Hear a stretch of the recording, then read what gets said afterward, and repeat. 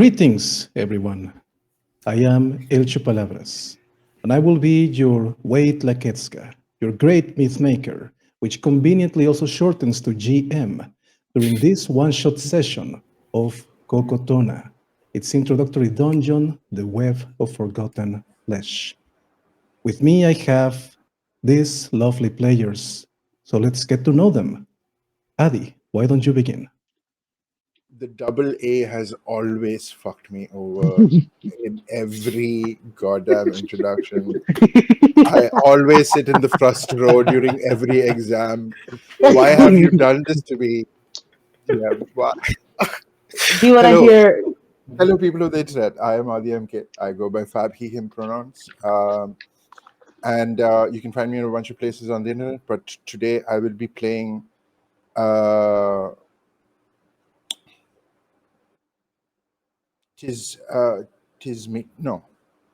Kismitli, and she is a ruin rambler from the tribe of Tepozoa, and she has traveled far, and she has had visions, and she has had a lot of ayahuasca to ensure that she sees the truth. And she is kind of vaguely tied down to a bounding jaguar mech that is going plunging through the forest towards the location, but is also like vaguely looking over its shoulder, like quite worried about like whether this person riding it is going to actually just slide off. Very well.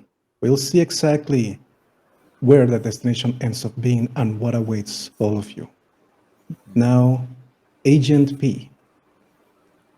Hello everyone, I'm Agent P. I use they them pronouns, and today I'm playing Ali, who also uses they them pronouns, who is part of the Yauta tribe and is a foul wind stalker. They're a hunter by trade, so they're very in more civilian spaces, they're more jumpy and aggressive than the next person, which doesn't always serve them well, but it serves them well in other areas of their life. So, hey. We'll see how they fare inside an enclosed space then. Oh, no. Danny, let's continue. Thank you. Hey, everybody. Danny, he, him pronouns, Danny R. Mendoza, all over the internet. I will be playing the person who is publicly known as Chak, she, them, who is a moon-cursed shadow from the Koyosiwa tribe. And got the gift by petting the moon god's rabbit.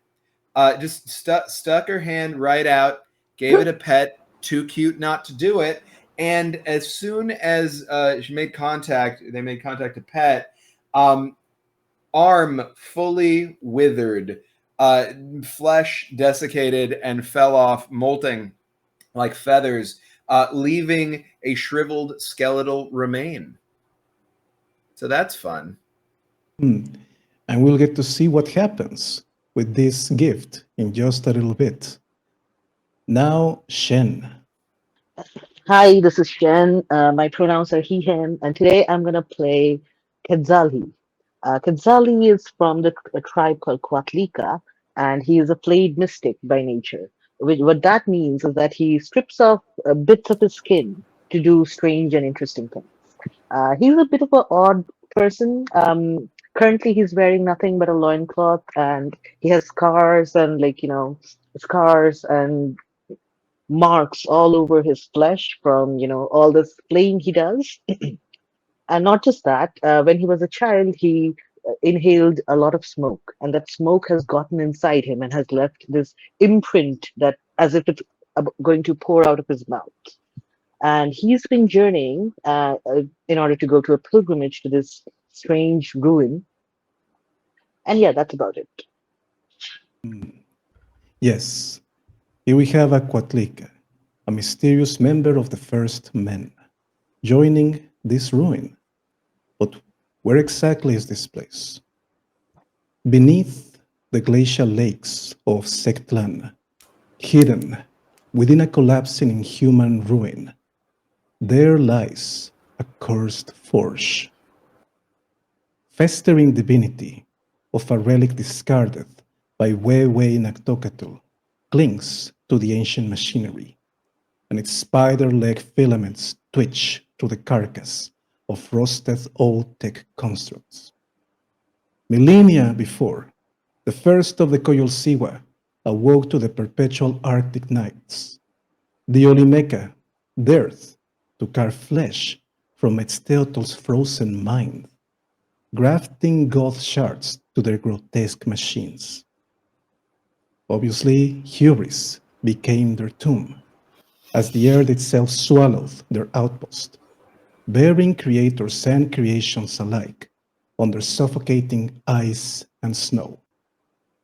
Now here, at the true north of the world, the land vomits forth those secrets. As a newborn volcano rends the tundra, exhaling ash and revealing the crypt's maw, its walls bleed black ichor, throbbing like arteries. Copper stench and rot cling to the air, a miasma that seeps into lungs and nightmares alike. And these visions have summoned many seekers into its labyrinthian guts. Few emerge, most just join the tomb's cocooned chorus. The diviner's orders pierce your skulls like bone needles.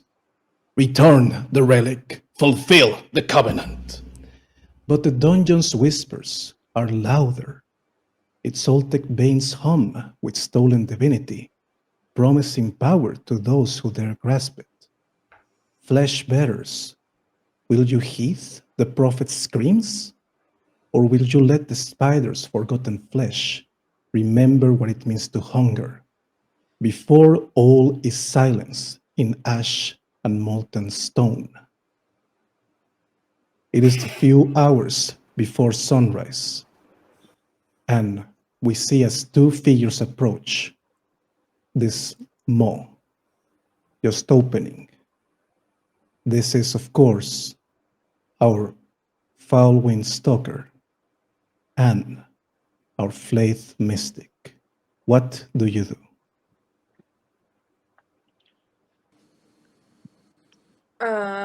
Ali would kind of scope out the area a little bit, because that's what they do. They're a little skeptical before entering any enclosed space, especially if it's underground. You manage to see a lone figure standing in front of the cave entrance. She is an old woman. She is wearing Koyolsiwa robes. And although you are not familiar with their ceremonial garb, you do recognize certain similarities to the garb of your own people. So you assume this must be a high priestess, a diviner, or a soothsayer. Shen, what about Quetzali? Quetzali is walking. He is biting into pieces of his own rations as he walks. He does not consciously know he's doing it. It's almost as if it's instinct. And he's muttering under his breath again and again, Naktokatl's echoes drive prowlers mad. Naktokattl's echoes drive prowlers mad. He's walking ahead when suddenly he sees the figure standing in front of him. Which figure would this be? Are we talking Uh, about Ali or the diviner? Most likely Ali. I think the diviner is All further right. away. Sure. So please go ahead. Quetzali will kind of initiate conversation and will say, "Fellow pilgrim, Hello. Are you here Hello. for the same reasons I am? Aren't we all?" Fair enough. I was about to go talk to the person over there. Is she a priestess of yours? Not of mine, no. But maybe we can get some information about what we're about to do. Would you mind if I joined you? No, not at all. And they would walk ahead and approach the old woman and cautiously kind of move, like they would move towards so that they're in her line of sight rather than disturb her in any way, shape, or form, and kind of just look for an opening where she looks up or, just kind of patient, just waits for a bit, doesn't like disturb whatever. If she's doing something, won't disturb her. If she's saying something, won't disturb her. Just stands waiting. The old woman doesn't seem to notice either of you, and she just continues gazing into the inside of this cavern. As this happens, the light of day starts to peek through, not truly all the way right now. It's not sunrise yet, and a third figure approaches directly from the south. This is, of course, our runestone rambler. So, Adi. I think kismetly, as you get to the priestess, there's a clomp, clomp, clomp sound that starts getting closer, and which is accompanied with a and this massive jaguar stone mech covered in runic lines and connections comes to a screeching halt as from the saddle this woman becomes a tumble that then comes rolling up to just behind the other two, still not crossing the priestess. But you see this lady who is just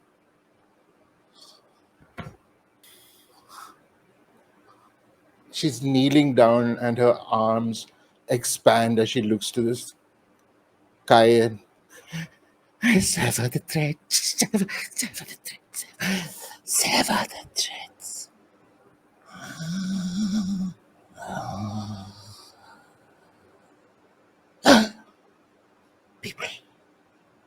People, I call this name.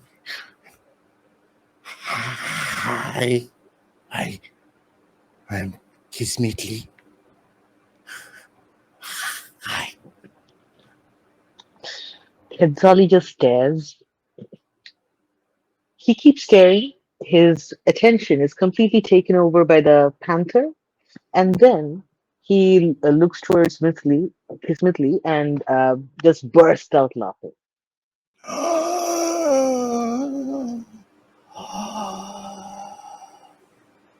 She looks like someone you've just stepped on a puppy in front of her. Kenzali completely ignores you and moves towards your panther, and then he kind of pokes it with a finger. And then he kind of moves close to it and then sniffs it. And then he realizes that it's most likely not, an actual jaguar. I don't know if I know you. Do I know you? We might have met in dreams. You share those dreams. They're not dreams. They're nightmares. Isn't it the same thing? In my dreams, I hear this one voice again and again, and it says, Naktokat's echoes drives prowlers mad. She immediately starts clawing at her eyes. No. Do not. This is not the time for it yet. Your blood is sacred. You shall not. And Kenzali kind of grabs her arms and holds them back. And then he says, "Are you a fellow pilgrim as well?" Came seeking truth. Seeking truth. I have to sever the threads. I have to sever the threads. And she'll immediately start crab walking close to the panther and just kind of like hide under its like neck as she looks around. Quetzali Now, is like, Agent P, Yes. do you have a reaction to what's going on around you? I think for a second, Ali was distracted by the clunking of the jaguar, but again is more intrigued by the old woman standing in front of them, not really noticing them, but still staring straight ahead. And they do peripherally hear the conversation that's going on, and is like mentally making a note of it, but decides to approach the woman and like a little bit closer and reach a hand out and maybe place it not on. Is this kid's Midley? No, right? You know her. I'm sorry, 1 second. The old woman who's just staring into, that's not Kismetli, or it is Kismetli. No. No. No, the old woman is a priestess, and Okay. Kismetli is Ari's character. Right. Okay, so I'm placing a hand on the old woman who's either a priestess or a diviner. The old woman then looks at you, turns her head just slightly, still trying to gaze into the deep abyss that's going downwards into the volcano. Ah, yes, you must be a seeker too.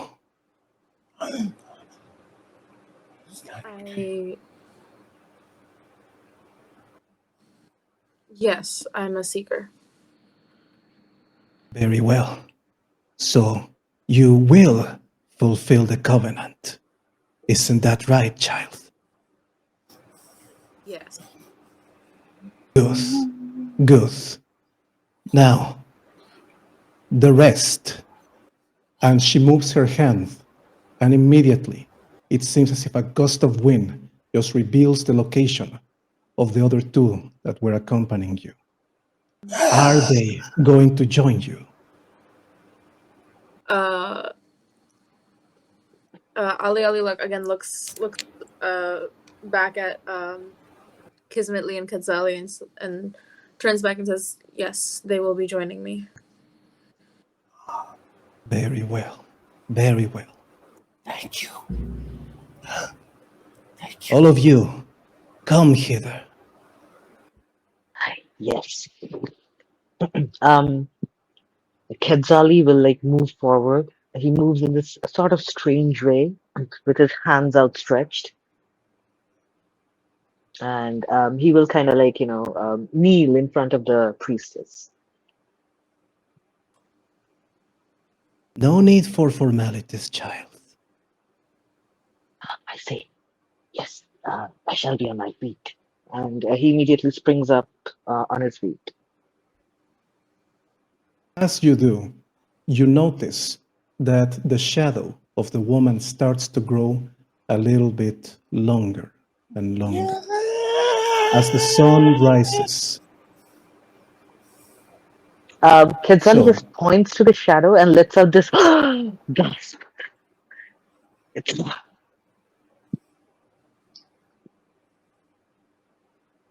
So, that's where you have been hiding. Come out now. And entirely picking themselves up as a shadow off of the floor and moving swiftly around to this elder's side, Chak smoothly comes into being as though they were always there next to her. In very simple light armor, some feathers, some belts, clearly also coil siwa, right? You can see like similar coloring and adornments. The second that they move out smoothly and make that entrance, they stumble and fall to the ground. And you see their desiccated arm struggle to lift themselves back up. And as they're looking up at you from the dirt, they pick up a handful of it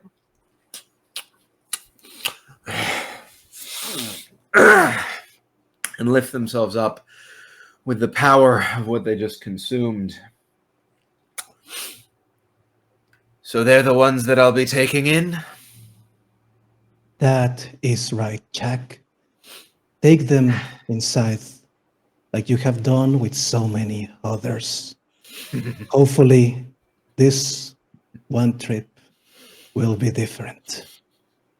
We shall see. Are you ready? Kismetli, after your entrance from the floor, has just been rapidly crab walking across the panther, like in panic. And at this point, like she's freezes in place, and she has a few things that she's acquired from different places across the panther, and she's as equipped as she is, and she has. Will you take us? Will you take us to sever the threads? Holding out a desiccated skeletal hand towards you, staring deep into your eyes. I will take good care of you. Quetzali is very, very, very taken in by the sight of the desiccated arm. And they decide to kind of like, reveal themselves, even though they're sort of completely naked, and show the many scars and like, ridges and like, marks that are all over their skin. They kind of like point to themselves, point to himself and to Chuck as if to say, oh, we are of the same kind.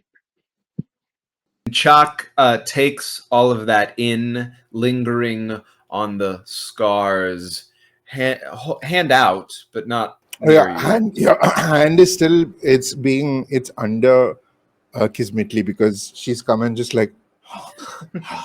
Perfect. So while petting Kismetli, right, with the skeletal hand, just staring deep into your scars, and says, "It is a pleasure to meet a fellow traveler," and then just does a ceremonial, traditional sign of respect that you would only really necessarily recognize as such if you have any, at least passing familiarity with the coil siwa.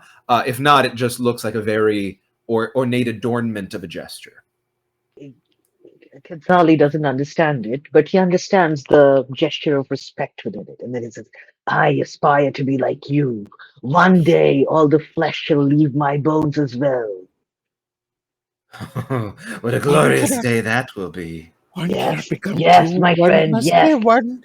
One must stay one and sever the threads unless they become none. Yeah! And then There are so many threads wise one. inside our flesh. They're she called starts veins. she starts crab walking across Jack. Chuck is reveling in the crab walking and just looks over at their elder and says, "You picked such wise choices," and looks over at Ali and thinks out loud, "What about you? What delicious things do you bring?" GM, you said that the light was getting brighter and brighter, yes? That's right. I would say at this point, Ali kind of gestures. Ali gestures to their side, and it's like, "Oh, I'm sorry, you weren't able to see them for so long." And when everyone just, if anyone does look down, they see this wonderfully looking jaguar who was blending in to the darkness, but as the sun has slowly been coming up, they have become slightly more and more visible, and now isn't so there are points where the shadows still help them hide in the dark, but it's again, as the sun is slowly rising, it's getting harder and harder not to notice them. Ooh. Oh, lovely. And Kenzali just jaguars, bursts out laughing and then says, "Live jaguar, dead jaguar." jaguars in Mesoamerican culture are generally, what is their position? They're like protectors. What are the connotations that are given to panthers? They depend on the culture, but usually they are seen as symbols of power. They are seen as symbols of might, strength. Older cultures connected them directly to messengers of gods, bringers of death. It really does depend. So they're not necessarily benign or anything. They can be varied. Okay. I think Exactly.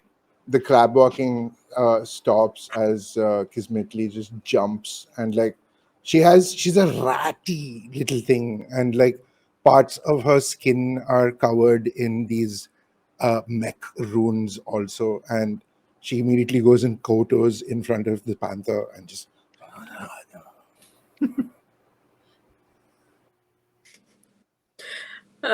Ali seeing this again smirks for a second and turns their attention back to Chuck and says, "You will be guiding us."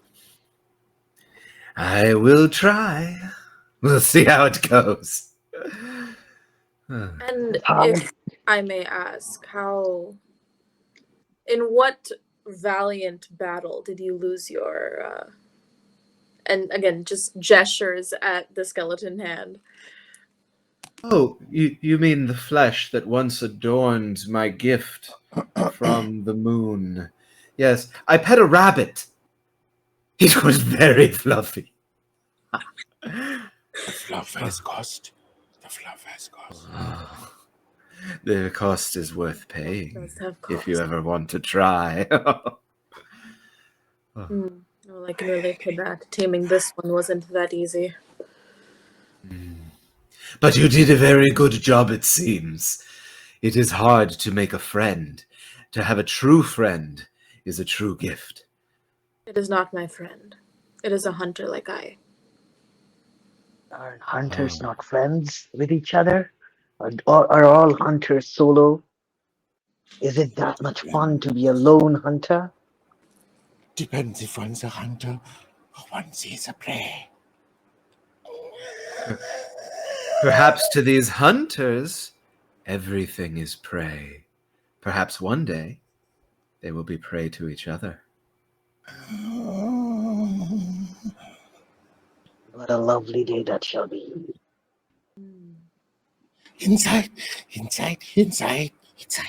Yes. Yes, you are right. Walking over, petting you on the head in the same way that you indicated you liked before, with the skeletal hand. Just bone, bone, bone, bone, bone, bone, bone, bone, bone. Yes, let's get inside. Are you all ready to be I in am close ready. quarters? I am readier than I've ever been in my entire life. I think Chuck just looks over at their elder and says, "Any last words of wisdom before I take them in?" This script has claimed many. Their flesh now joins the gods above. Whether you succeed or you fail, you are serving the Empire. But remember, the covenant must be fulfilled. The relic must be secured. Yes. Flesh is fleeting.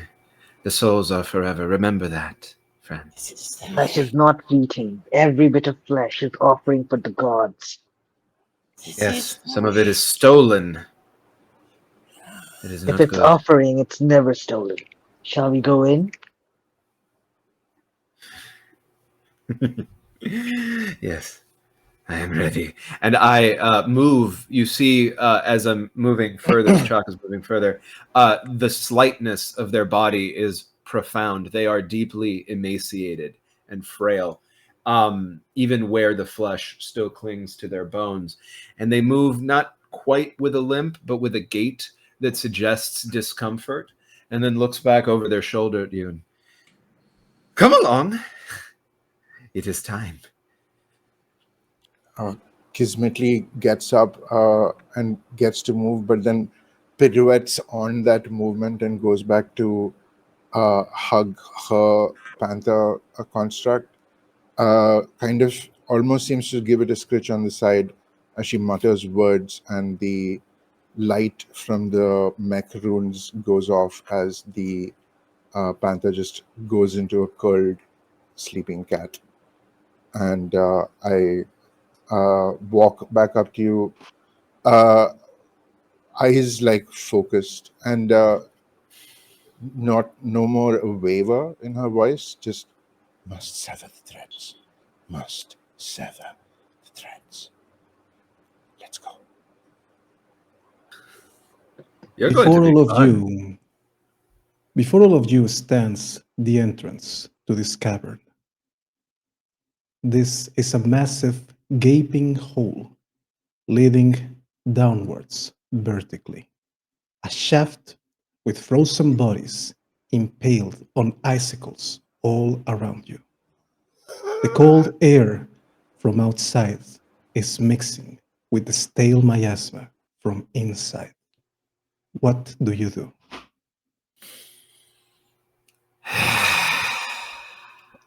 See the breath come out frosty and a little bit putrid. I love it in here. Mighty cold, colder than I've ever been. Quetzali kind of moves closer towards the bodies where they're impaled upon these icicles and kind of observes them, sees if he can find anything, sees if it's possible to perhaps loot them. Roll me your presence. So add a d20 to your presence stat. Okay, cool. So that's 10. 10 total. And I think Kismetli would kind of, as she's walking by, she would make a quick little trapezoa, movement of respect to the dead. I don't know how that would look like, and I don't want to necessarily say because I have no idea of the culture. So I will. What would that look like? What would trapezoa motion to acknowledge the elder dead? Your people hail from a volcanic island where vegetation is scarce, resources are scarce. The greatest sign of respect you can do towards the deceased is to offer some of your own resources to them. So you can leave behind a small offering, maybe one of your seeds, maybe a little bit of water. I would. I think she would leave a seed. Yeah. Very well. A seed. You grasp at each. You grasp the palm carefully of each of the corpses that you can reach. And inside each one of them, you leave one of your seeds of shokol. As for Quetzali, you look around at the different corpses. You notice that they mostly come from different tribes. You notice that the corpses near the entrance seem to be better preserved and seem to be of actual tribes people. The ones at the bottom, you are not quite sure. Yet you don't find any items on them, anything that would seem useful. Are there any animals? You are a runestone rambler. You know what? Roll me presence. You roll me presence too. All right. So 1 sec. That's a D. A d20 plus your presence stat. plus my presence, which is a +2. Right, d20 +2. That is a 16. 16. This is not your first Olymeka outpost. You have explored many of these ruins, so you are able to tell that the corpses that don't seem quite human are actually mimicking the corpses around them, as it is a reflex of the Olymeka mummies. They are all dead, none of them are alive, but they are trying to blend with the environment. Are they? Do they do this to play or do they do this to hunt? They do this to just blend inside their surroundings, and they are not doing it consciously. It's just something that their bodies do. I would leave them alone. I would leave them alone. Come. Oh, okay. Quetzali listens and follows Kithlessly. Yeah, because Kismetli would have done, like, her head would have gone through several kind of movements which my 39-year-old neck cannot do. But, I will let you imagine. Oh, you are wise. you picked up on something interesting. The broken often see what slips through fathers. They don't expect the gaps. It's true. No one ever expects the gaps. Except for you, it seems. Perhaps you will make it further than most. No, I know. I have to sever the threads. What does it mean to sever the threads? She would immediately kind of... you realize that, like, for the majority of where how you have spent time with Kismetli, she has been at the core of a very bad acid trip, right? Also, because people do stupid things sometimes, and she is how she is, but she cannot speak of that. Is there any plant life in the vicinity in spite of the frost and all that?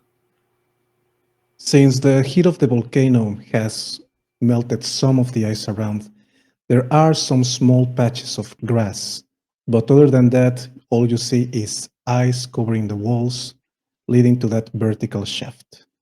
And nothing notable growing out of the grass patches? Not really, no. It's just regular grass. I think Chuck's attention swivels back over to Ali. You're quiet. You would turn back to see Ali fully shivering because they're not used to the cold at all. Where they are and where they hunt, they usually it is not this weather. It is very much the opposite of this weather. So they're still getting used to their surroundings, and they've taken in the bodies. And when Chuck asks, looks back at them, they again give them a we are here to do something. These people were also here to do the same thing. Did you lead these people as well? Some of them. Some of them no. The truth is, I don't know if they were here to do the same thing as you. What are you here to do?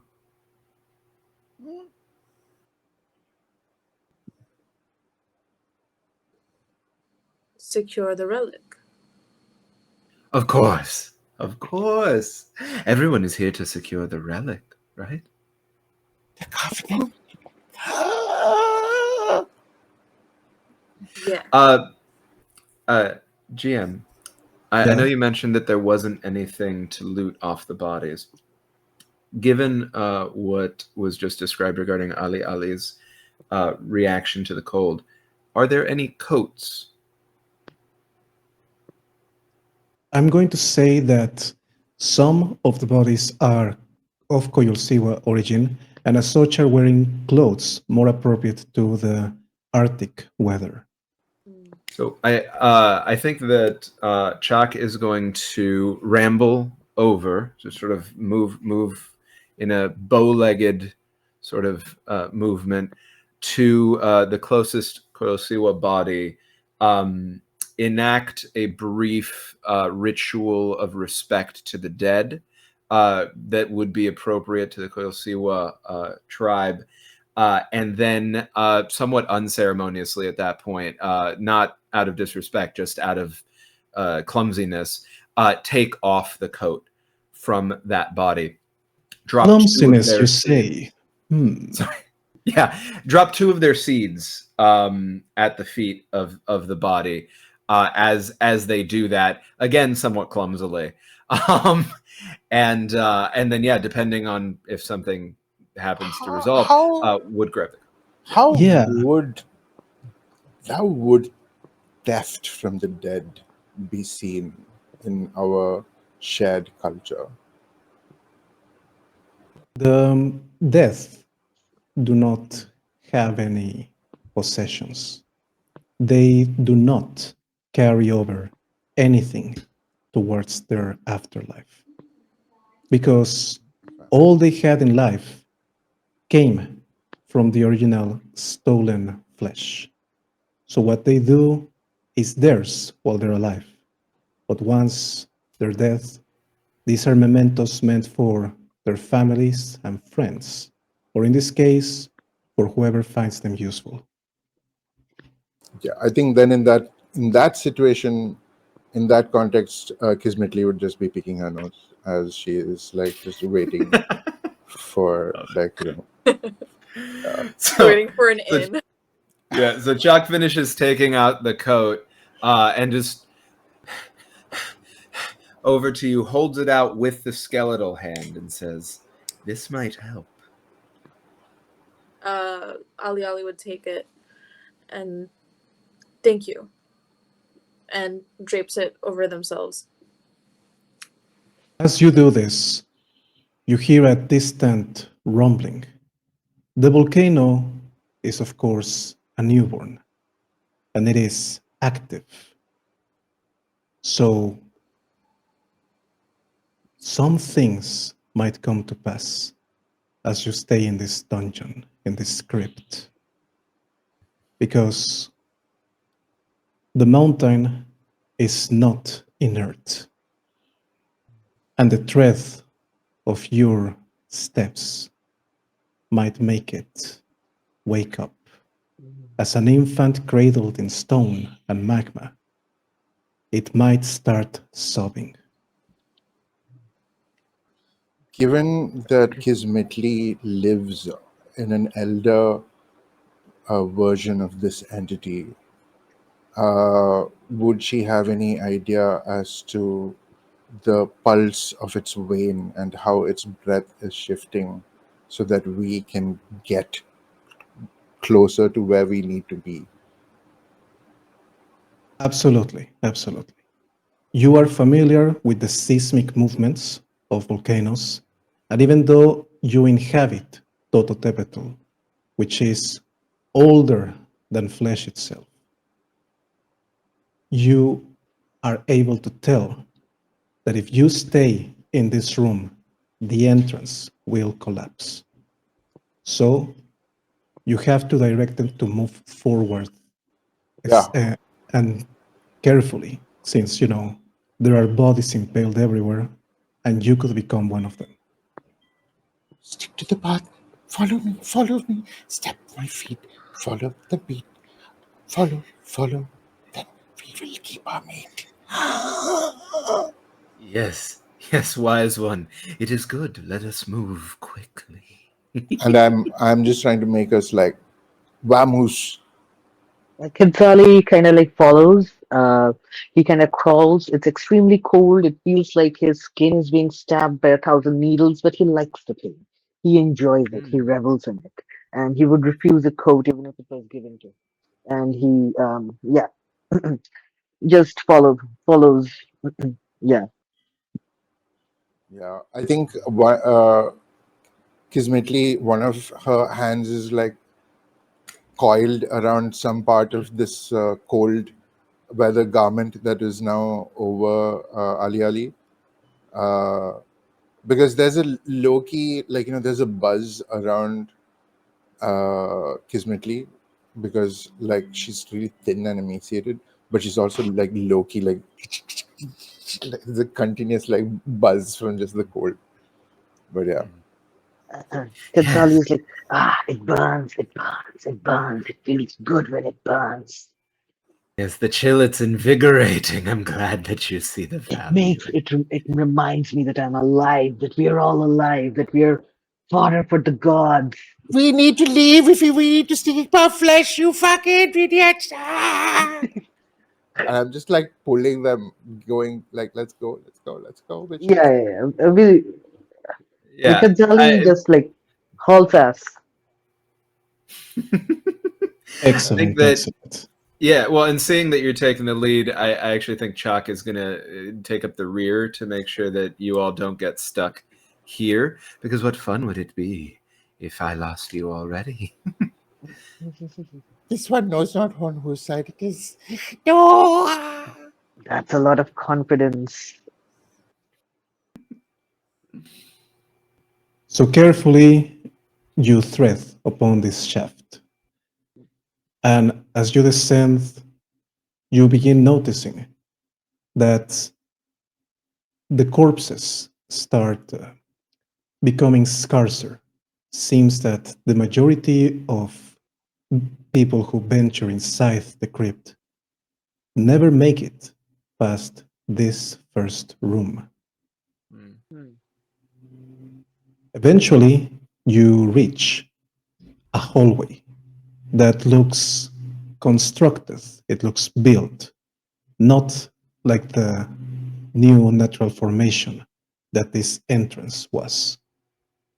So in this hallway, you see steam jets bursting from pipes along the walls.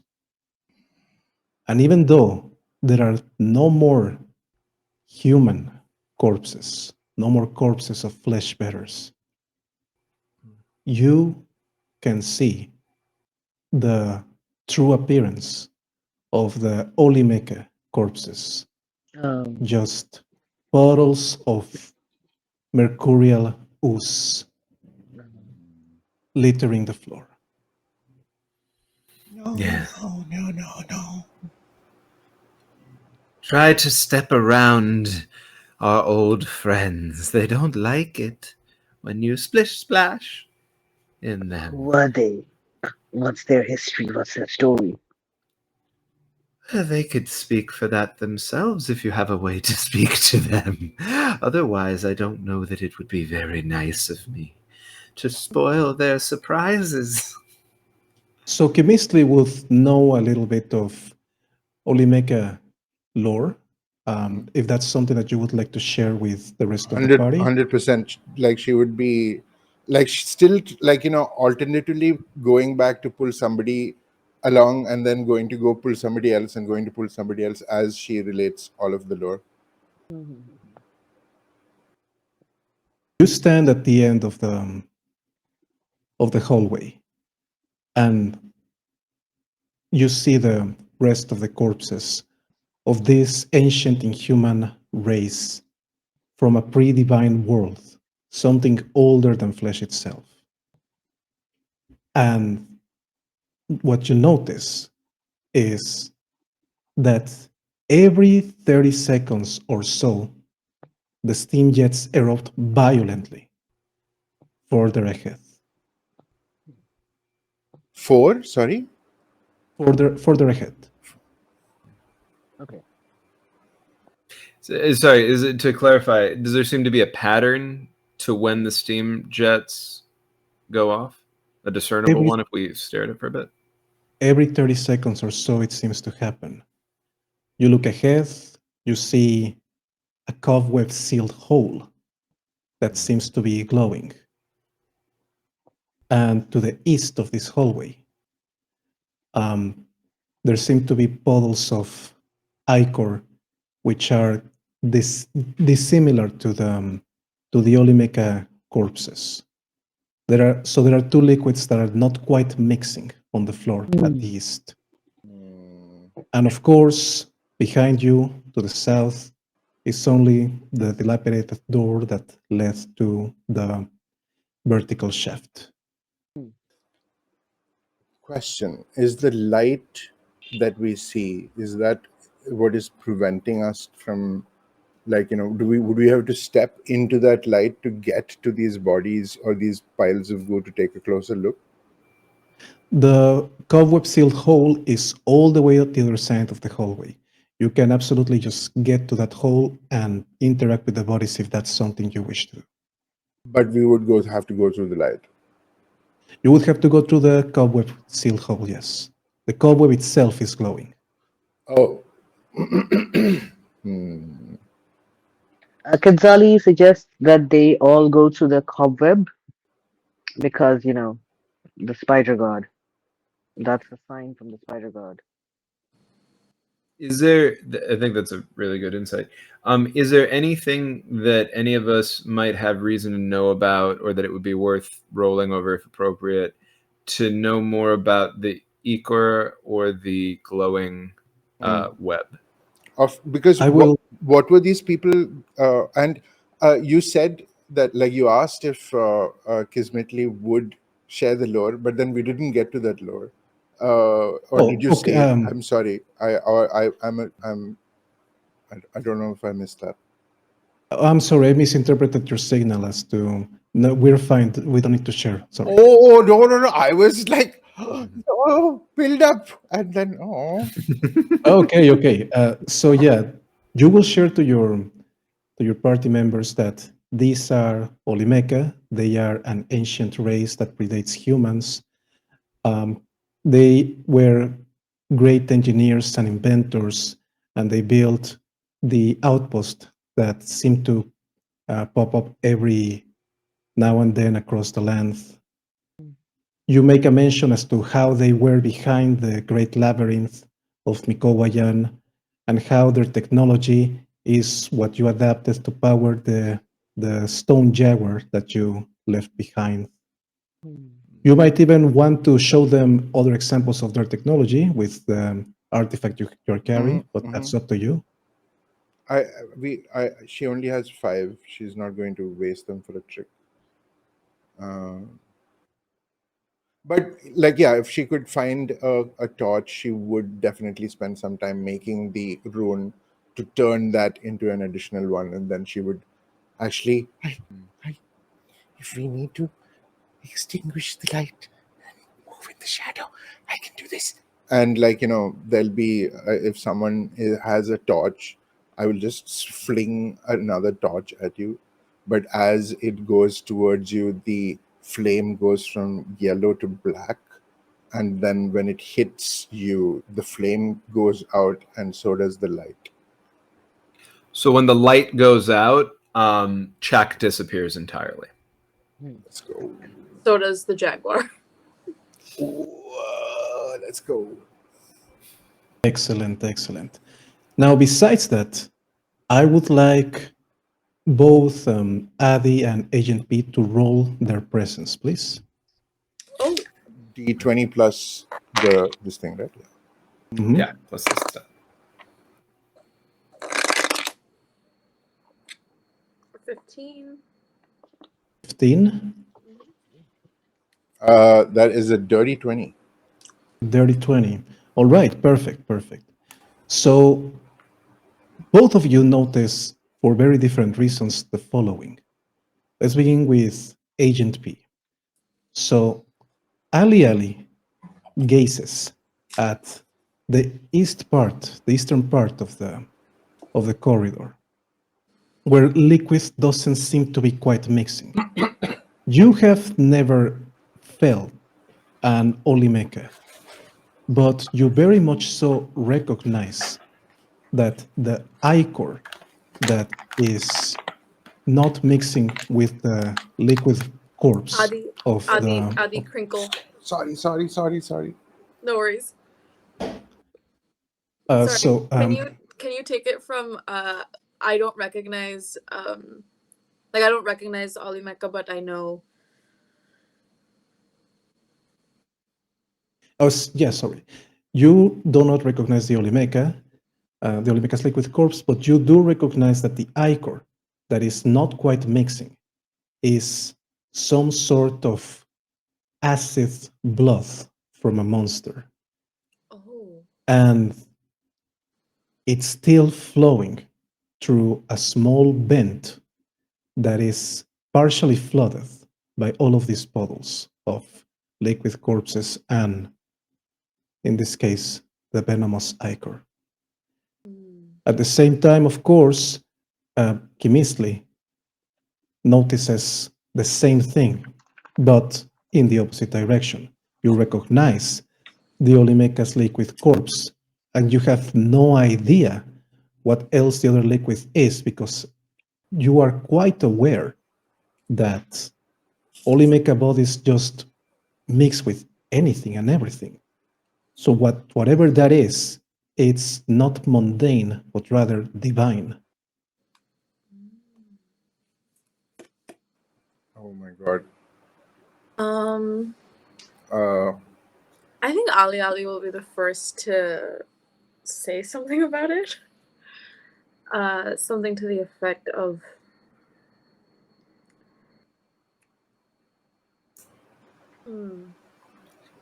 that ichor.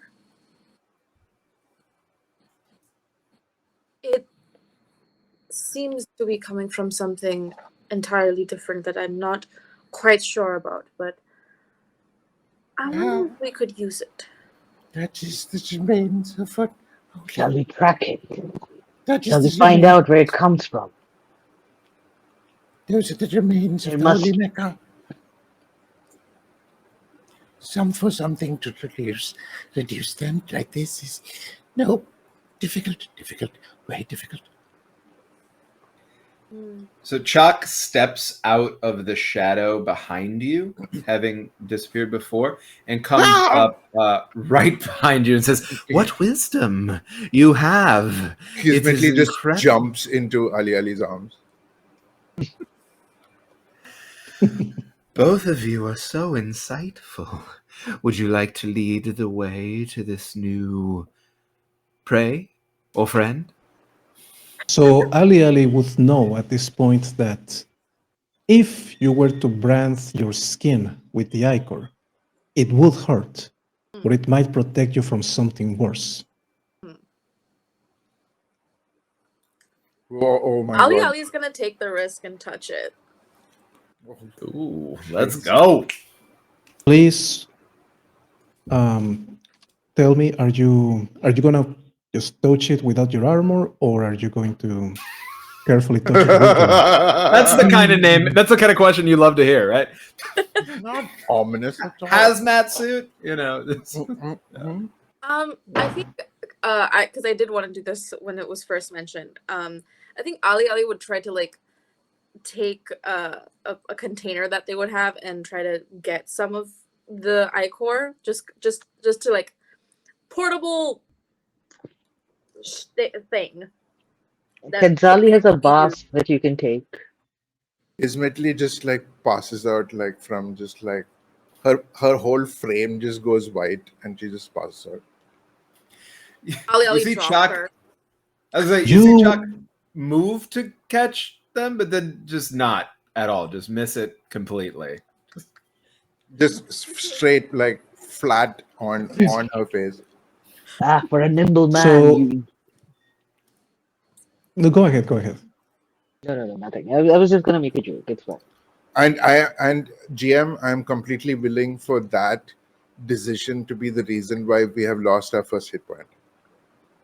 It is the reason you lose your first hit point. So, Agent P, you are going to take 1 point of damage. Whoa! And dropping? as you lean in to collect the ichor, you are partially relieved to see that it's not flowing from a vein or from a wounded creature, but rather from a vent that connects to a different room. So whatever it is, it's in that room. I will say above table for there to be enough of it flowing out to come through the vent is There has to be a cup. That's crazy. instructive. Yeah. Oh. Yeah. But can Ali would Ali be able to collect some of the ichor? Yeah, absolutely. Cool. Kismetli kind of starts waking up and then sees this happen again and just goes straight back to passing out. Again, with the movement to like lightly go as though I was going to catch you, and just not at all. Kenzali moves closer to you and says, smack her with your skeletal arm. What the fuck? She was just petting. And I do move. I move my skeletal arm over and look like I'm going to smack, but then just put my hand on their head for the same little pets as before. That's Until not going to they wake her up, reawake. and you know it. I think it might. She might have enjoyed that, but she's unconscious. I told think you. maybe I think fine. With the skeletal hand on the back of the skull. I have a question. Can Go on. Ali communicate with their jaguar? You share a certain kinship with the jaguar, but you cannot directly communicate with spoken language. Could I send the jaguar to see what this thing is in the other room and report Yes. back? Yes, you could.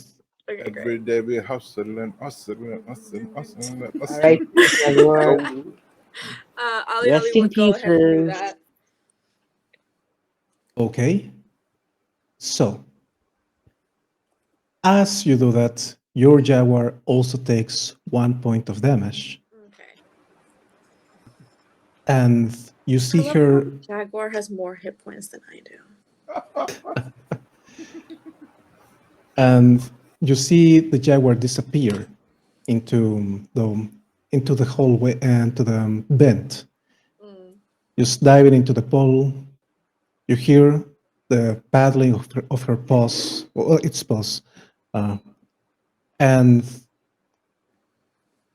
eventually silence, just to be greeted back by a reassuring roar in the distance. There doesn't seem to be any indication of anything immediately hostile in that direction. Immediately hostile. Okay. Well, in that case, Ali would tell the others it seems safe to go forth. Jim, quick Yeah. question. Though my character is unconscious, because I've made her to be unconscious. No fault in this is yours. But would there be the sound of chimings or hummings around? Well, your character is unconscious, but yeah, I will allow the chimings and hummings to come through. In this case,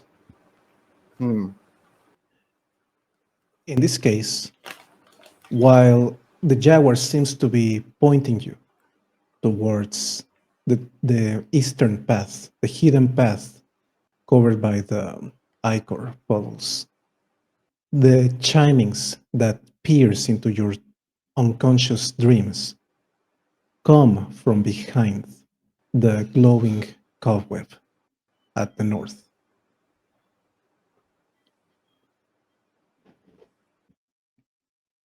I heard tales. Chimings and hummings mark the safe path. But I don't know if it's a secret or an original secret.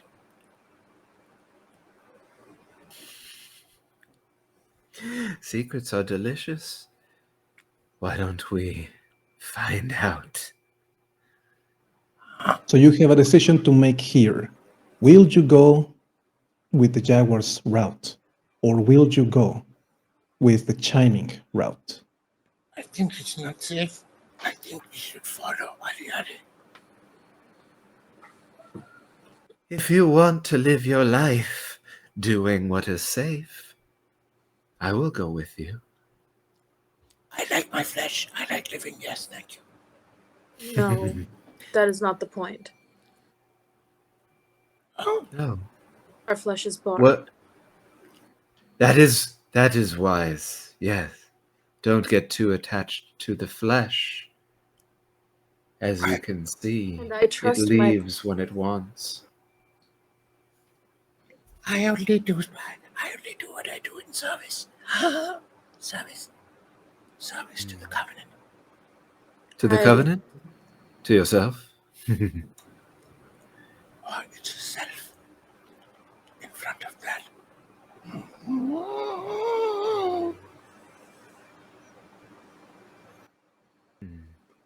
Above table, I do think, we follow Ali, if I'm understanding. Yeah, I was gonna say, 100%.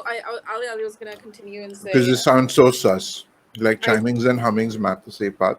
But I don't know if the second one is true. So please go on, Agent P. Sorry, yeah. Ali was gonna say something about trusting the hunter, that is the jaguar, and kind of following that instinct. And probably lead the way towards where the jaguar had gone into the other Kismetli just starts crab walking in shame behind. It is so interesting how our decisions reweave the forge, is it not? Destiny is a fickle thing, perhaps something that we make rather than receive. No, everything was woven and decided before any of us came to this existence. It's foolish to think that we have anything to do with it. All the threads that will be, all are there already. But So we never were going to follow the chimes. We were always going to follow the hunter. It seems so. the hunter keeps eyes on the prize. Eyes on the prize. And we must. So, if I am understanding this correctly, it means Ali would be leading the way. But my question is, do you clear the path from the Icor for the rest of the party? Oh, or absolutely. does everyone else? Okay. So right now, the only person that has been taken damage from the Icor is Ali. Yes. And the jaguar. You step, and the jaguar. That's true. As you step towards this, I did say if you think it's appropriate that Kismetli took damage from not having been caught twice in a row. If you think HP would have dropped because of that, I'm very completely willing to accept that. Well, I will rule it that Kismetli did take some damage, not from the fall itself, but just by being marked by the Icor. So I'm going to say that you also got marked by the Icor. So please tell me, are you wearing armor? I forget. Nope. Okay, you take 1 point of damage. Okay. Very well. Just as we pass through, I think that I think that Chalk's curiosity is going to get the better of them, and just gonna just run a very slight part of themselves skimming across the top of the ichor that Ali was kind enough to move to the side. Okay. And is that with your feet or with your arm? That would be with one of my feet. Okay. And you are wearing armor, right? Yes, I'm wearing armor. Okay. So please roll me a d2. That is a 2 on the D2. Okay. So the ichor manages to slip by a little bit. The sting is not enough to cause you damage, but you do feel it. Oh, you were right. The pain is delicious. Now, as you traverse the bend that was covered by rubble and puddles of different liquids, you start noticing that it was a ventilation tunnel, partially flooded, but now very much dry enough for you to properly traverse. You keep moving forward until you reach a vault. This vault seems to be full of cocooned corpses. You cannot tell what kind of corpses, of course, because of the spider silk around them. They are lined along each and every one of the walls. And above the center of the room lies a reliquary just hanging above the central stone. Quetzali will try to, search for a way to go up to the reliquary. All right. Please roll me your choice of strength or agility. I will do agility. Okay. That's 18. 18. Perfect. Somehow you are able to get into the spider web holding the corpses and very aptly leap from cocoon to cocoon all the way until you are within hand's reach of the reliquary. Now, do you grab it? I do grab it, yes. Okay. And how do you descend? Back the way you came? You jump down? What do you do? I'll go back the way I came. But I'll first take a Very- look at what's in it. Sorry, can you repeat that? I would like to take a look as to what is there in the reliquary. Okay. Inside, there is something that to you looks like a mask made of rubber. The mask has no discernible features, just a hole for the eyes, the nose, and the mouth. And it's just made of a rubbery material. Can Quetzali go up into the reliquary instead of just holding it? The reliquary is very small. It's just holding this relic inside. Okay. Can he reach and try to grab the mask? Absolutely. Okay, yeah. So he will try to grab the mask and, try Excellent. to pull it up. As a Well, Ruinstone Rambler, would I know that to be a terrible idea? Not particularly. Okay, cool. All you can see is that this Just is a checking. rubber mask. Cool, just checking. All you can see is that it's a rubber mask, and it is of Olmeca origin. You have no real clue as to if it's magical, technologically advanced, or anything else. To you, it's just a rubber mask made of Olmeca materials. Okay. What is the Quetzali- lighting situation like in this room? I'm sorry? So what is the lighting situation like where we are? Like, are there shadows? Is it evenly lit? The spider threads continue to be bioluminescent. So everything is illuminated by just the hundreds of cocoons hanging around. Beautiful. Okay, go ahead. Now, Shen, you were going to say something? I was gonna say, what happens if Quetzali puts the mask on? I guess you would have to find out. Okay, he puts the mask on. Okay? From your point of view, nothing has changed. Oh, okay. However, your allies, the people accompanying you in the dungeon, Kismitli, sorry, Ali, and Chuck,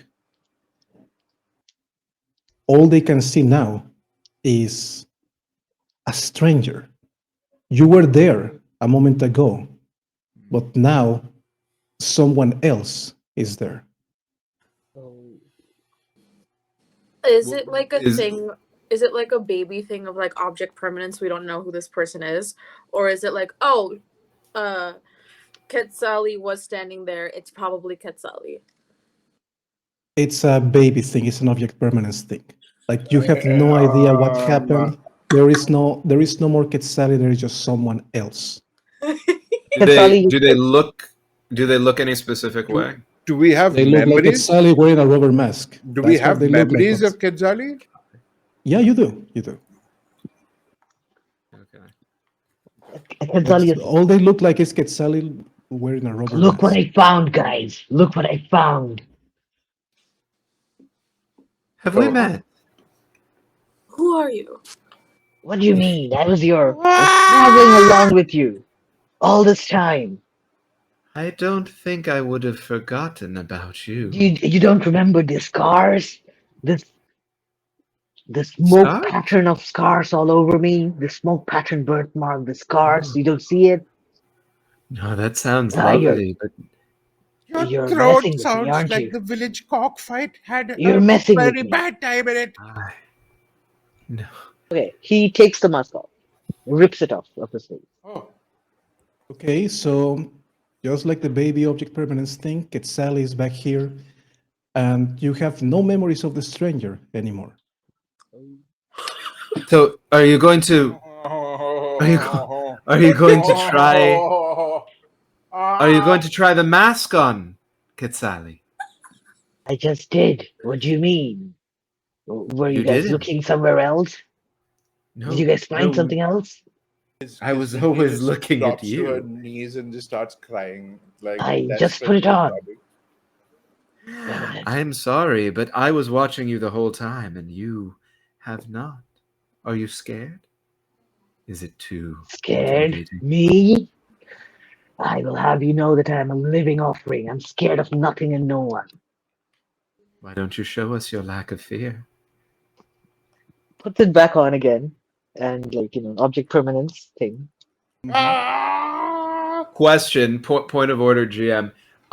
With the mask back on, do we remember having seen the masked stranger the first time, or is it completely blank slate again? You do remember that the mask Same brain appeared cell. before. Same brain cell. Sorry, what was Fucking the everybody. answer? What was the Yes, You yes. do remember. Oh my god! Quetzali stares strangely at their faces. And then it slowly clicks back in that he's found the perfect way to escape, if he requires it. Yo, Shen sus, You are so interesting. Tell us more about these smoky scars, and tell us more about what you seek in here. I see the same things as you do. We've all I don't been here know. together before. We walked all do this you know? time. Don't you remember? Those mummies, those bodies. I that met we you. saw How do you know about bodies those bodies? impaled. Oh. Oh, I see now. I see the power of the mask. Interesting. Very The interesting. mask. Power, you say? He takes it off again, and this time he kind of like very carefully keeps it with his belongings in his blouse. So you are too afraid. You put it away. Per- That's okay. No, this is broken. Perhaps, Broken. perhaps. Well, you know, certain things are too divine to touch. Yes. Hmm. Yes. It is respect and So- fear. What have you found? That's a good question. What have we found otherwise? Everyone, please roll me presence. Everyone. Cool beans. 15. 15. What's Okay. one? 1. 3. So 3. Okay, I I got think we're distracted. Yeah. I'm sorry, 8. Ali, what I did got you a say? 15. 8. Okay, so the three of you that were waiting for Quetzali on the floor don't seem to notice anything strange about the room other than the fact that it's littered with corpses. Quetzali, from the vantage point you had while climbing up there, you do know now that the floor, even though it appears solid, is actually quite brittle. Oh. Okay. Kenzali will climb up and then he'll yell. The floor is brittle. We need to move fast. It'll break down all over us. The floor or the ceiling? The floor. The Okay. floor. Would collapse under us. Hmm.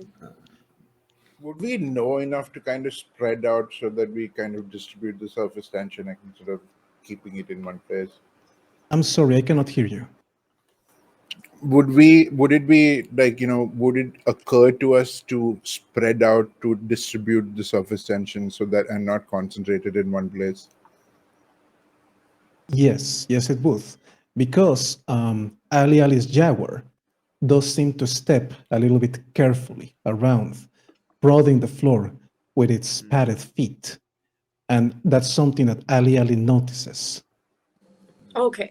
Then I would definitely tell the others to spread out.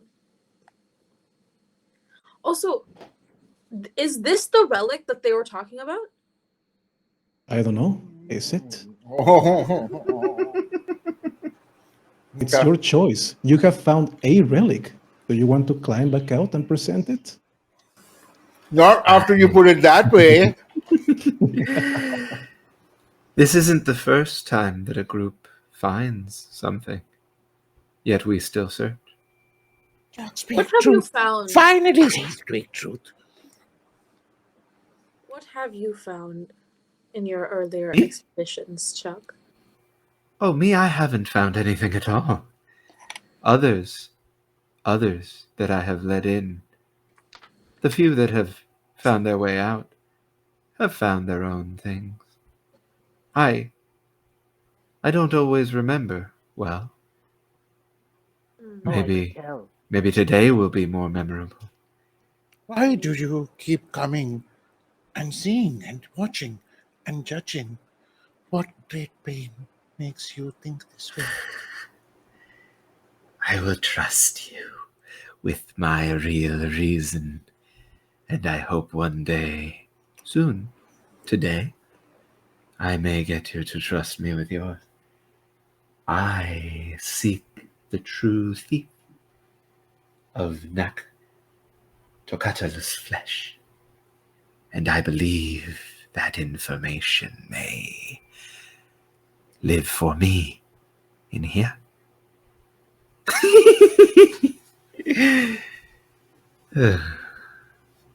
You see, we all come for our own reasons. Our way in is the search for the relic. But our way out, that is for each of us to find. I think she tries to giggle, but the sound comes out like a rooster that's being strangled because it just went cock-a-fucking-doodle-doo one too many times.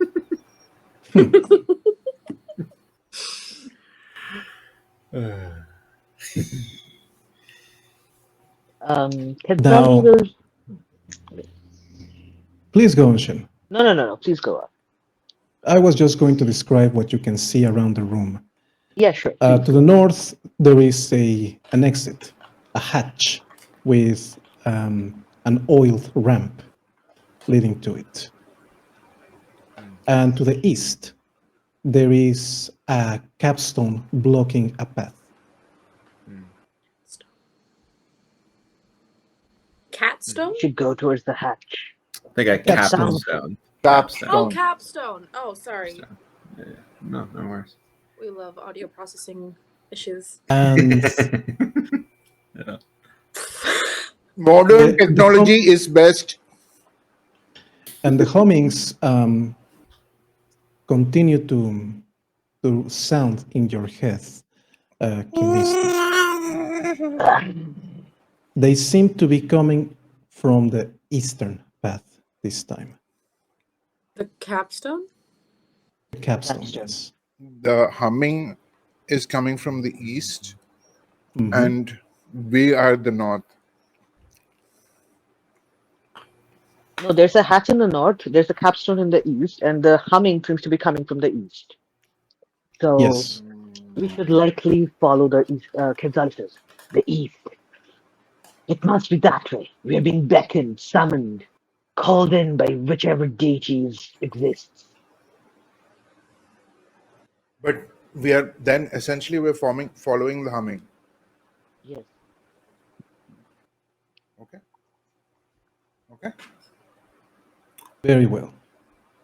Now, Sorry, just because my understanding of that description was that you hear it in your head. Yeah, I was gonna say. What do we know? Like, what do you communicate to us? I did tell you earlier that she'd read something about the a possible truth about the place that we're in is that, give me a second, chimings and hummings map the safe path. I don't need to keep the secret and may reveal that at any point or never. But the second one, while the first one that I got is true, the second one, who knows? Mhm. So, the second one is just something you believe. yeah. Right. Kedzali also has heard something similar to this. He's heard that Naktokatl's echoes drive prowlers mad. And he takes it to believe that this is Naktokatl calling them in, beckoning them, summoning them. And we should answer the god's call. GM. Yes. What is what- our purpose here? Is our purpose to escape, or is our purpose to get something back? Our purpose is to be little gremlins because the entire it's essentially from what I understand, it's either here you do A, B, and C and you get to D this thing, or you go A, B, X, Y, Q, P, R, and then get to. I will say the secret that is just something that Chak believes, I think, is relevant to your question, which is destiny can be rewoven with its forge, which I also revealed a little bit already with what I said earlier, what Chak said earlier. So I think that just backs up what P was saying of it's up to us why we're here. It's really up to us. Yeah. GM, I was going to ask, above table, what might Chak know about Twahalpuchi? Tlawelpuchi is a monster, a monstrous apparition, similar to a skeletal wraith. Now, these creatures are known to exist all over Teotlan, but they are usually the They are usually just illusions conjured by witches and warlocks, because their true form is more humanoid until it isn't, until they detach their torsos from their legs and transform into birds. Fascinating. And there's no indication that we've come across so far of anything associated with them or anything particularly bird-like or like a large bird or like the remnants of a large bird where a large bird was. Not yet, no. GM, another question. Yes. She, Kismatli has been exploring and rambling through ruins for a long part of her life. Would the chimings and hummings map the safe path resonate with anything in that? Does that match any kind of pattern recognition that she might have built up about instincts about these kinds of ruins? What do her guts tell her? You do know that Olymeka technology often hums. The chimes do not tell you that much. But the humming does, you associate it with Olymeka technology, with constructs.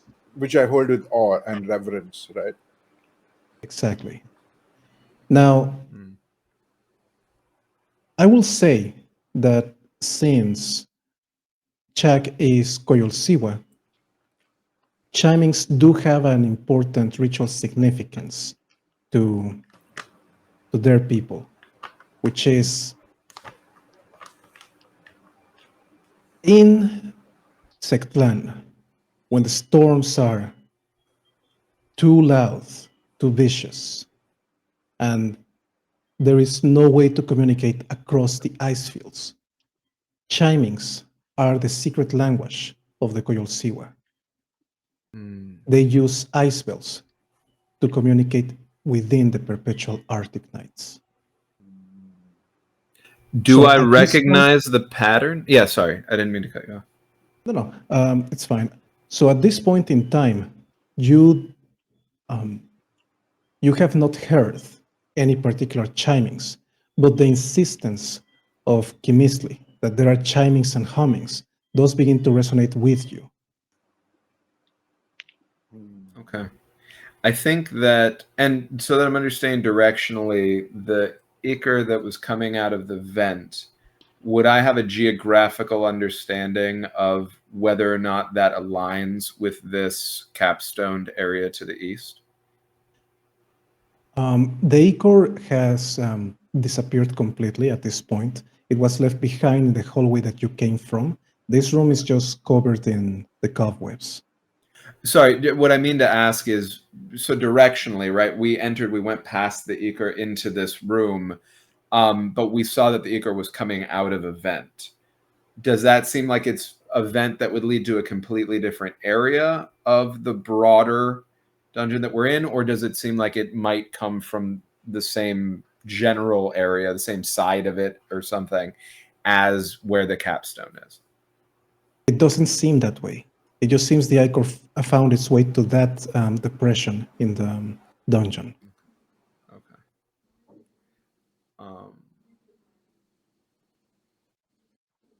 Not having heard the chimes, I don't think that Chuck would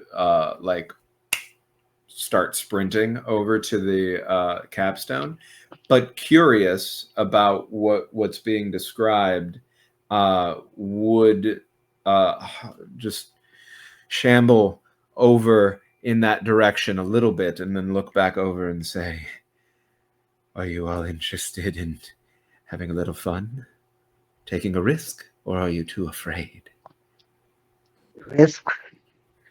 Risk are my middle name. I don't mind risks.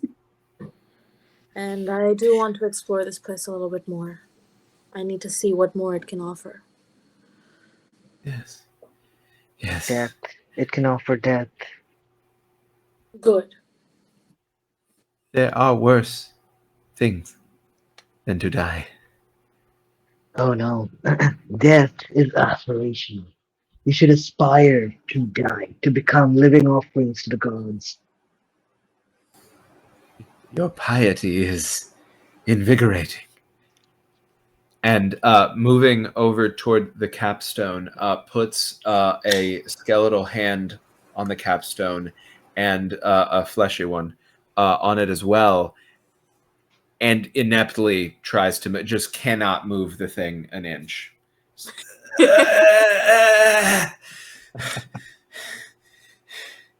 Am I going to do it alone? I can try. Ali You know what? Roll me your strength. Roll me your strength just to see what happens. I would love to do that. I'd like everyone to know it's a -2. I think Kismetli starts handling out the seeds. Yes. A -2 on a 10, so that's an 8. Okay, yeah, you absolutely cannot move the stone. Seems to you that either your strength isn't enough or you would need help. Okay, Ali Kedza, kind of stands back watching watching Chuck. Can I do a third? okay, you're clearly not risk-taking enough. Let me try. Shambles back. Falls. Does anybody want to onto their help me? butt All four on the hands. frost. Can I just look around to see if I see some mech rune stuff happening here that I could just go beep boop boop up? You do not see any mech technology right now. Okay. The only mech craftsmanship that you identified inside this room is the mask that is already inside of. I forgot the name. Sorry. Shem, what's your name? Quetzali's possessions. Yes. Okay. Help me move this. All four of you. Come on. Ali would then help.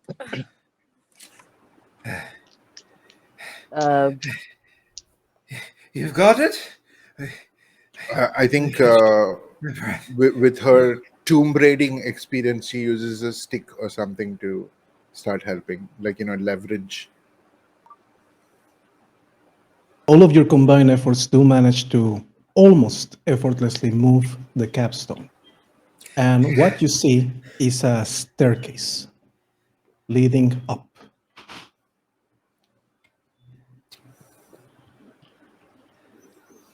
Ascend. Are you ready to ascend, new friends?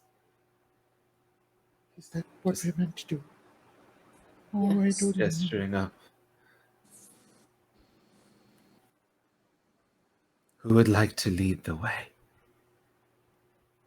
You're also good at leading. Why don't you lead the way? Me? You seem to know much about these areas. And you see in their emaciated face a tear drop out of one eye. The eyes, like saucers, moved by the trust. I can lead. I will lead. I will lead well. And just shambles right on up the staircase, not waiting for anyone else. Did anyone just hear the death knell, the first death knell? I heard the first death knell. Holy shit! What? The death knell, the bell of doom sound, like that. Dong. Oh, okay. Yeah, as all of that happened, that just went off in my head. Holy shit! As it should. Ali Because would call back their jaguar and follow behind Chuck. as the rest of you are running up the staircase, you do notice again, first the jaguar, and then Kimistli. Notice another seismic sign happening.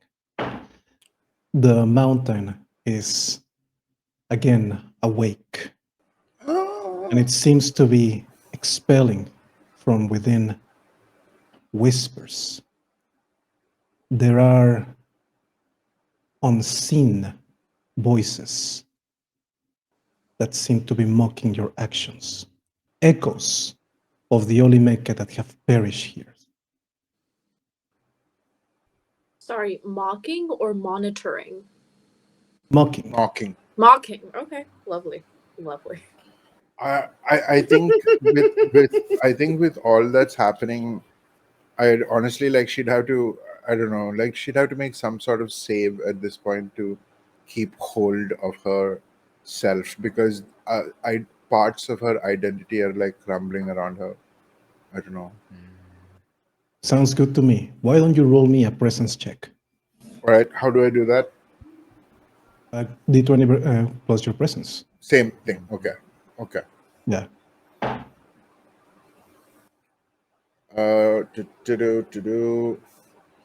That is a 14. 14. Your sanity is hanging by a thread. Your identity is being challenged at every single step that you take inside this ruin. It's nothing like the ones that you have explored before. It seems alive. It seems angry. Yet you remain. You're still able to hold on to your sense of self. Who would be closest to Kismetli at this point? I will say Quetzali. Quetzali, I think Kismetli, just her hand just reaches out and almost hovers over the closest part of her cloak or whatever is near to Kismetli, and will just ask for unspoken permission to hold on to it, because I think she would just want to do that. She would look at because what is her name?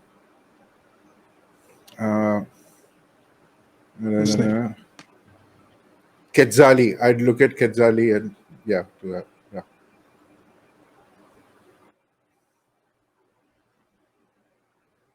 So how do you react, Shen?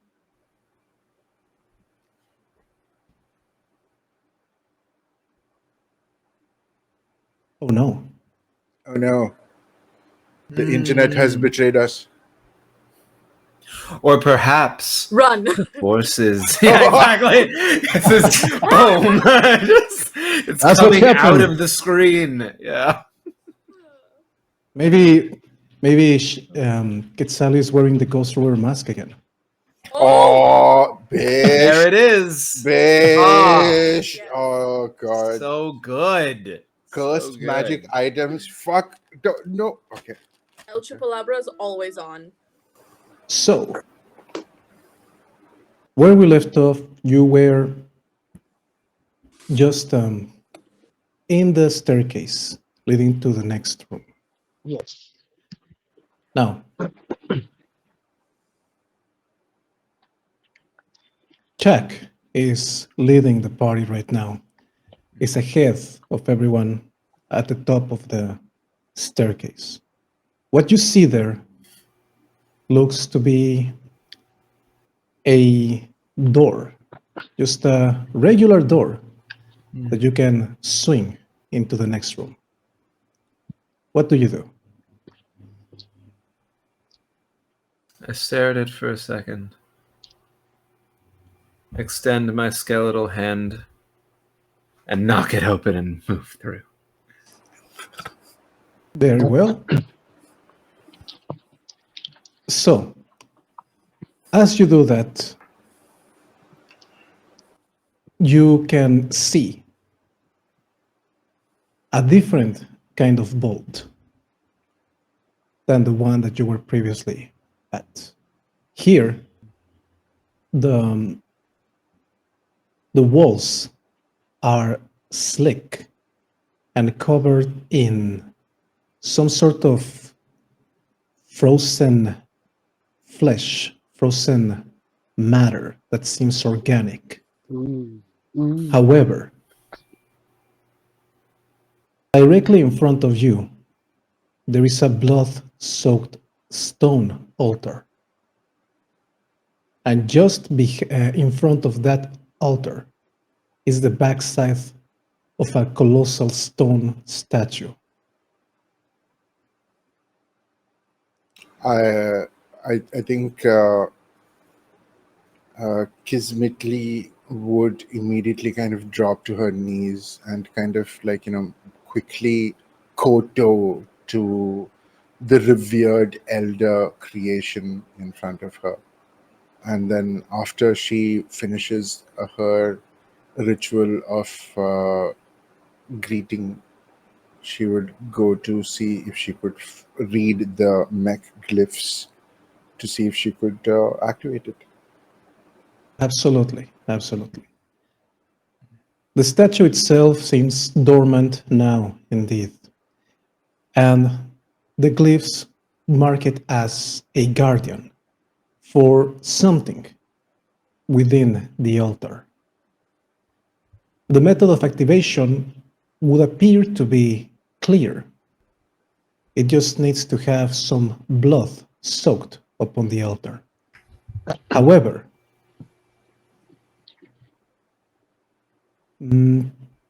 test presence for me.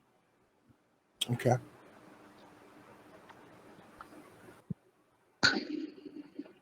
That is this is a test presence roll. That was a nat 1. So thank you. Thank God this was the test.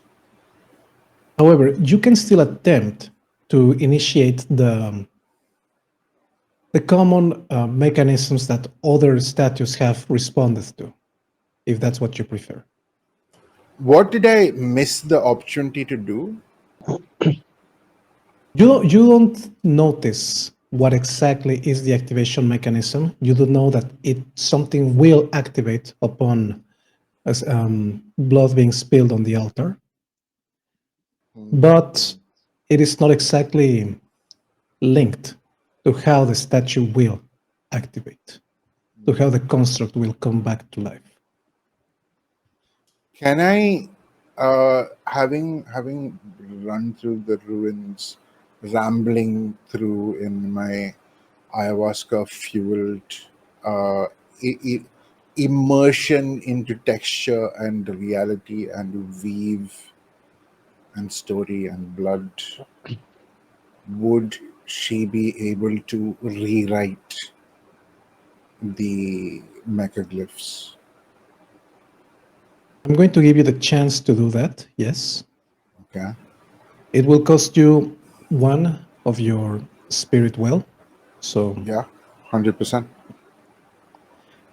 And afterwards, you are going to attempt to complete the inscription and rewrite it so that it somehow can power up this sentry again.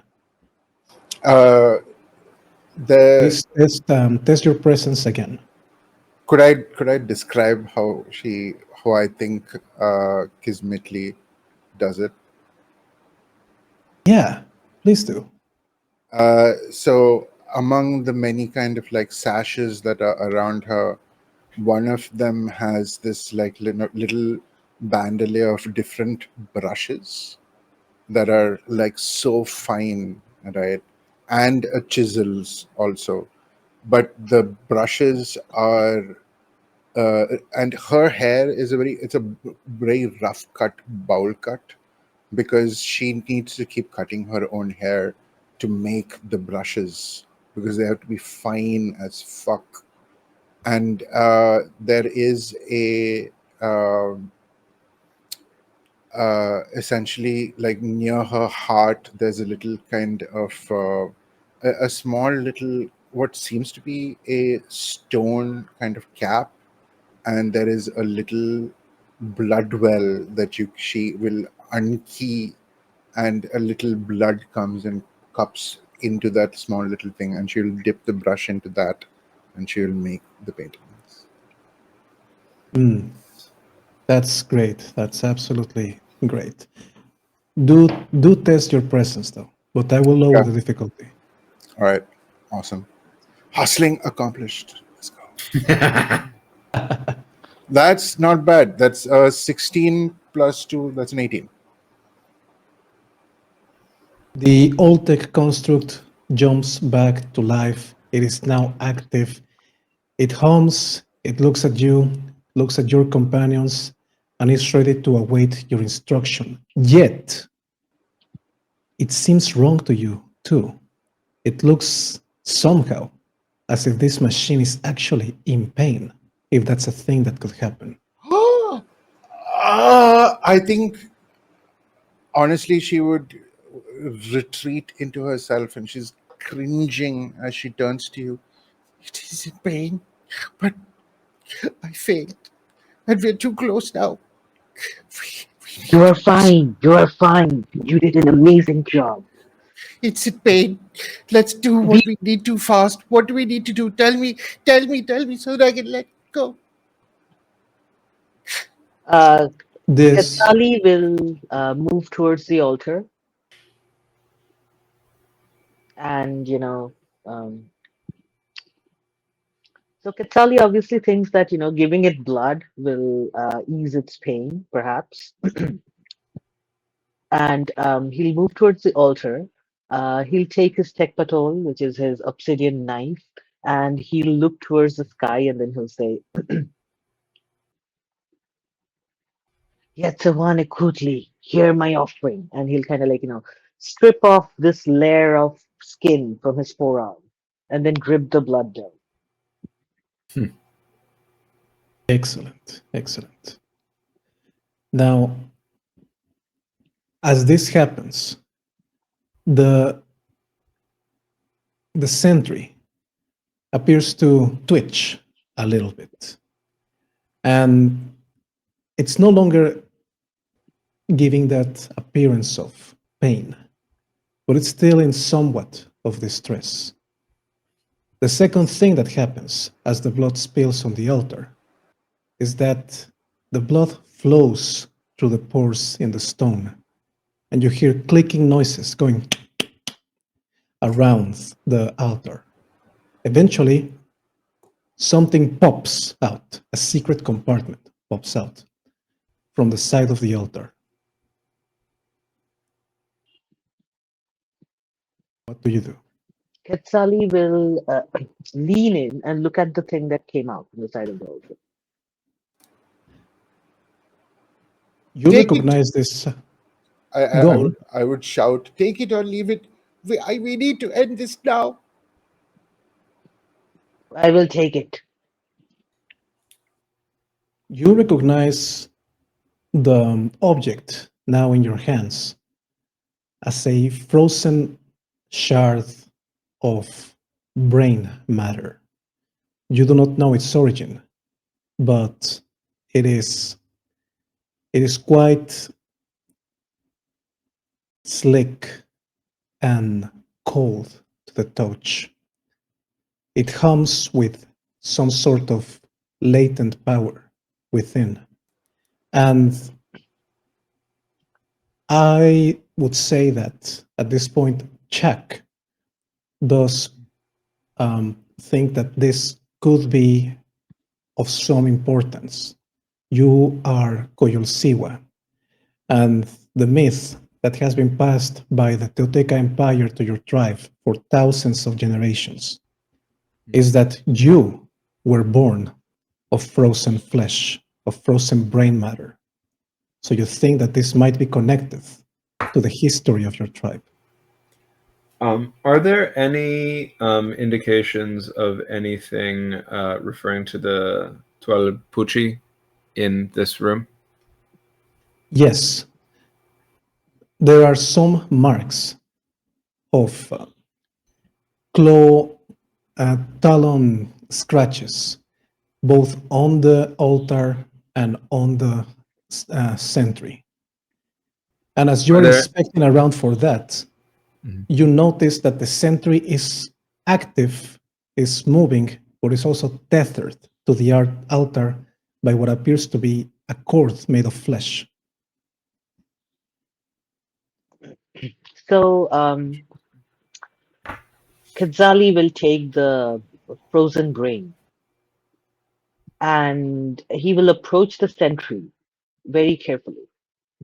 and he'll see if the sentry has a, some sort of incision or some sort of casing where he can put in the frozen blade. Oh, wait, Hody, wait 1 second. I have a Okay. question for Chuck at this time. Would you even mutter about a chain of flesh holding the construct? Would I mutter about the chain of flesh? Do we Yeah. all see, just to understand clearly, Chup, do we all see the chain of flesh? Like, do we see You're the first one to notice it. The rest of you, the way the construct is positioned, you cannot see where the tether is connected. We should set you free. And are there any shadows anywhere in this room? Any what? Sorry. Shadows? Yeah, the room is not very. It's not particularly well lit, so there are many places where shadows are cast behind the altar, next to the construct itself. If I see Chuck looking for shadows, I would just hand him one of my void torches. Thank you. I'd take the void torch, turn off the light around myself, disappear, reappear right behind the altar, coming up next to my compatriot, and give me the brain. Katsali kind of holds on to the brain and it's mine. I need it! Why? Extending out a skeletal hand. Katsali just looks at the skeletal hands and then looks back. Why? I am here to save a soul. Katsali keeps holding on to the brain and then says, I got this with my own fresh flesh and blood. Why should I hand it over to you? It should have been your blood that should have spilled upon that altar. Your flesh is becoming a chain that is holding you down, just like I have done to him. And I think in that moment, seeing the interaction that is happening with you, the two of you, when she expected something to happen towards resolution, she would look towards the chain of flesh that is tethering the construct, and she will mutter, sever the threads, in the most deadpan voice, and she's going to lunge forward to destroy the tether. You are successful in removing this cord, this thread, binding the construct to the altar. And in that moment, the home is way more harmonious. This is the kind of resonance that you would expect from an Oltec construct. I also let go of the glyph rune control that I had over it. I just dissolve it. Like I erase the central rune, I brush it off, and the entire chain just turns into smoke and drifts away. What is your intention with that? The wrongness that I had sensed after I had incorporated this measure in my desperation, in my resolution, I want to trust that I have severed the threads that of our foretold death. Very well. As you do this, with the last remnant of its energies, the construct looks at you, and not through words, but through images projected directly into your head, it speaks and says, thank you. You are not like the last one of your kind that came here.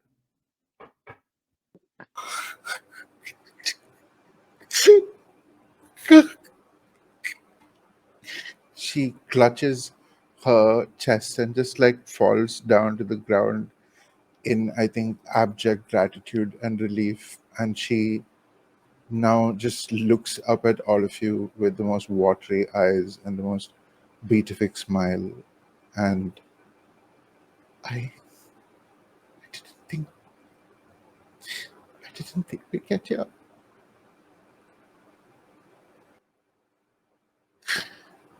I'm sorry. Please. Make your steps as you are meant to. Ali would reach out towards Kismetli and again just kind of just pat her head and say, "You were following what you thought was right." I raced against death. I don't know how we managed, but we was one step ahead. The end.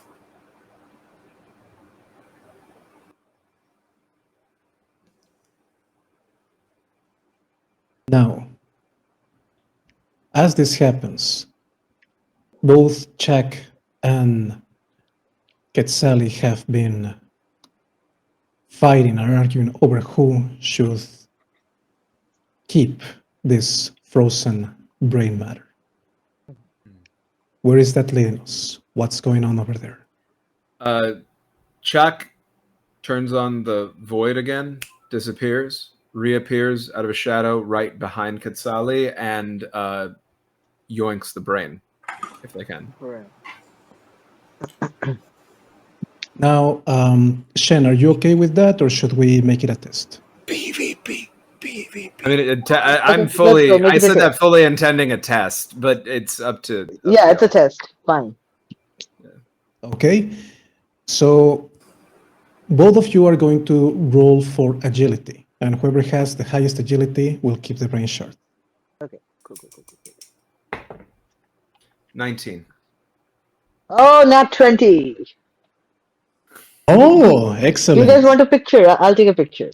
The dice no, it's tell a fine. story. No, we trust. We trust. Can I just to be a chaos gremlin, because y'all are still fighting, I'm going to throw a void torch in between both of you as the test is about to happen, hoping to inflict some sort of disadvantage. Wait, As I'm soon as gonna. the void as soon as the void torch hits, I disappear. I'm not there. Okay. Oh. We're pulling bullshit, aren't we? Fine. Rubber mask on. What will you do now, huh? Oh, God. Absolutely. Well played. Excellent. You petty little bitch.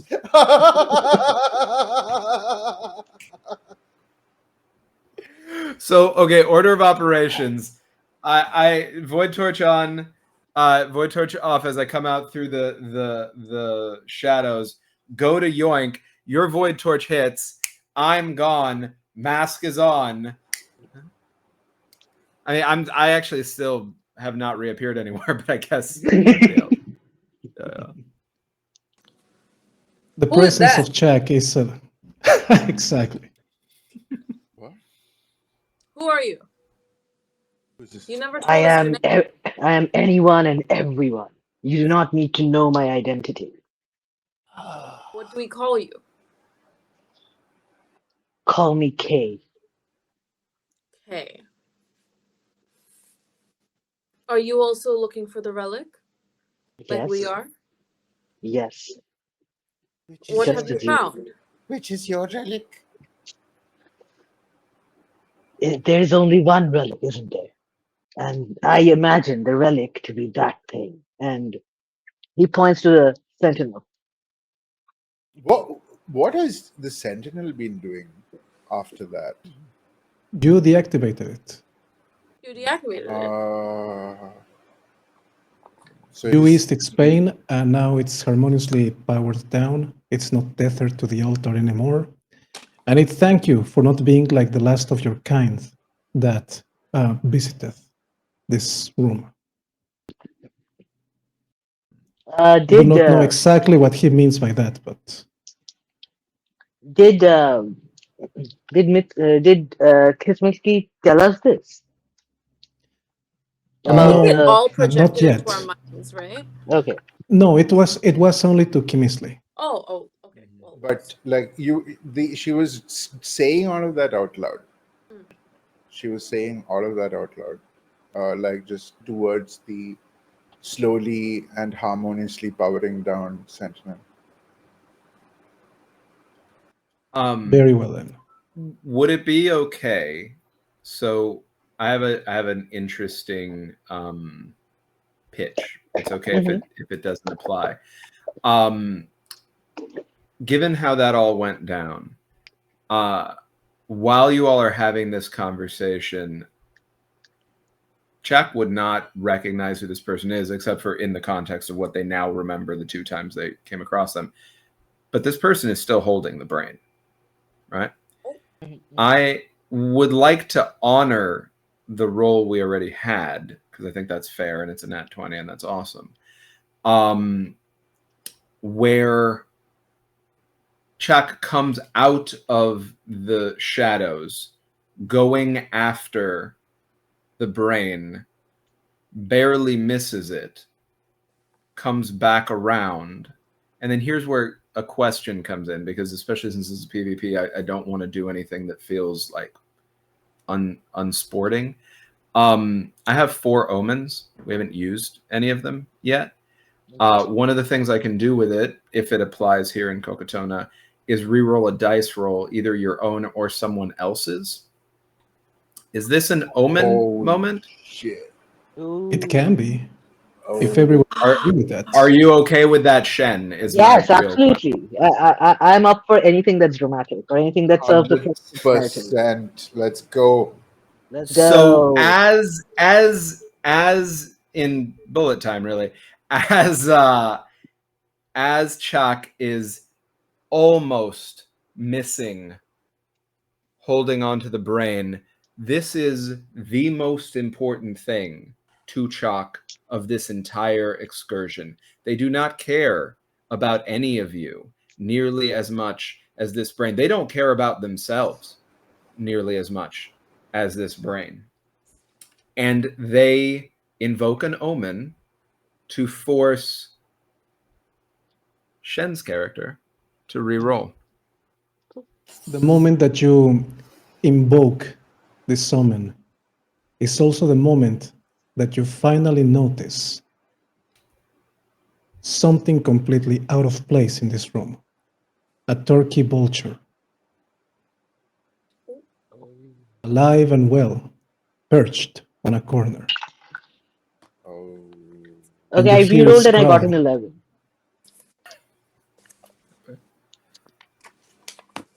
I hear its cry. Yeah, What does you hear it its sound? crying. It sounds like a normal turkey vulture cry, or does it sound in some way different? It sounds like someone trying to make the sound of a turkey vulture. Oh boy. All right, so I see that. That sounds so wrong. I don't I like see that. I see that over Quetzali's shoulder as I'm grabbing onto the brain. I grab the brain, I turn on the void torch again, and I'm gone with the brain. And you hear from the shadows, run. But I will also say my void torches have 2 activations if they are not continuously fed with my blood. Copy. So how many of them have I used? I used 2 already. Yeah. So I can't use it there. So what I'll do is I will rumble off to the side instead, right myself with difficulty, looking around for a shadow and say, run. And I'm going to just take off for one of the shadows. Oh. Ole, okay, wait. I don't know. We might have committed some heresy and having like let the sentinel go. Now a possible relic is being GTFO'd with, and like Yeah, forward with. and now we are stuck here. What is happening with the altar? I'm just looking back to the altar with increasing horror and dread.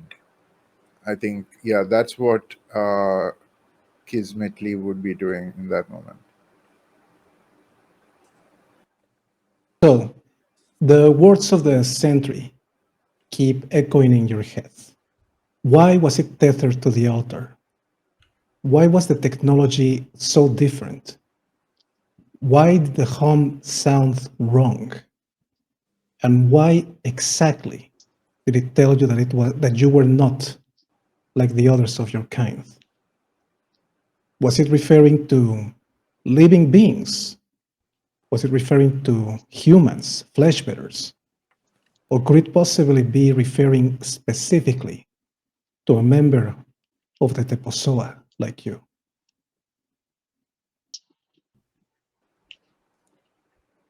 I don't know. I think she has some racial memory moment. What does she know suddenly as she has this other thing? You can tell us, we can help you figure this out. Sorry, metagaming.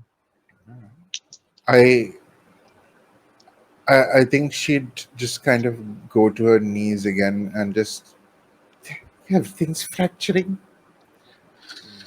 It's breaking apart. How? Yeah, I don't know how does it feel like. What is happening with the altar, like now? What have we done in unleashing? What has a a member of the Tepozoa done differently that has now changed the imprint of this space forever and more? As you know, many seekers have come to this crypt from different places, and most don't make it inside. But what of the ones that actually do? You remember whispers in the great city that you hail from someone claiming to be the heir of Istakoliuki, an ancient king from your people. Istakoliuki is a warning issued by the empire of not to attempt sedition, because your people, skilled craftsmen, artisans, and armorers as they are also proud.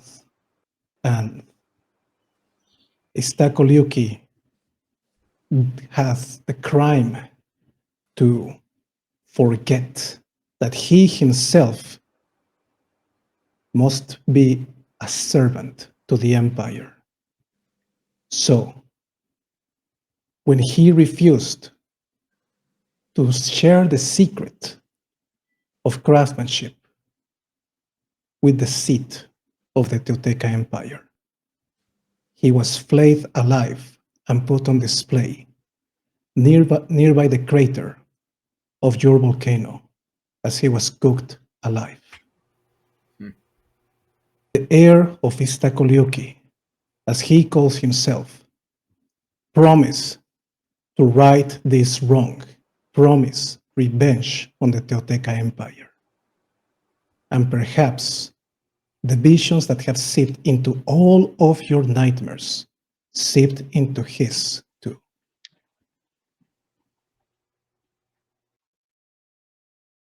At that moment, I think the tattered remains of Kismetli's hair just almost sadly give up and whiten in just shock.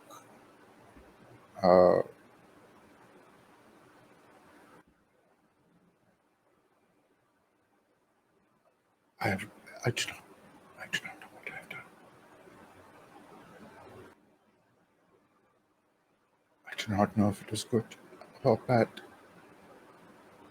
I just know it was done. And she just looks up at all of you and just unending, like, what have I done?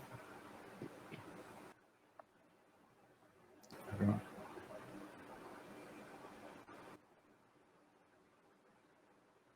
What would be reactions?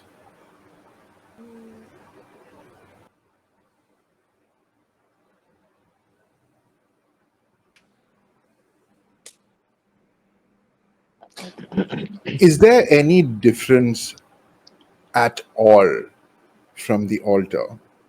Because that is, I think, where Kismetli would have been looking the whole time as she is like slowly starting to like cry.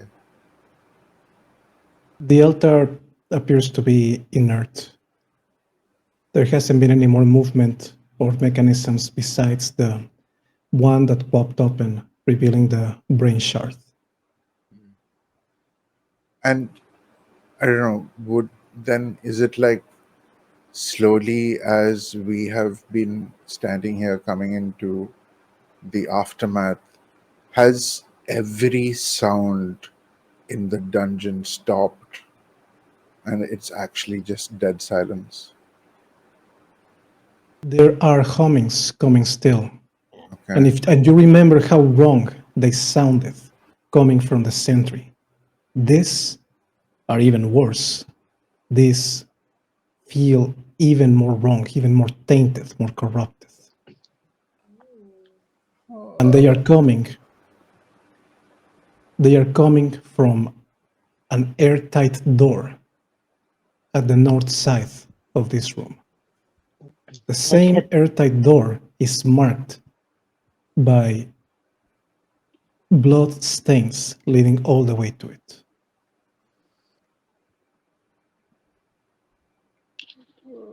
Quetzali stands up, looks towards everyone, and then says, "Let's finish what we came here to start."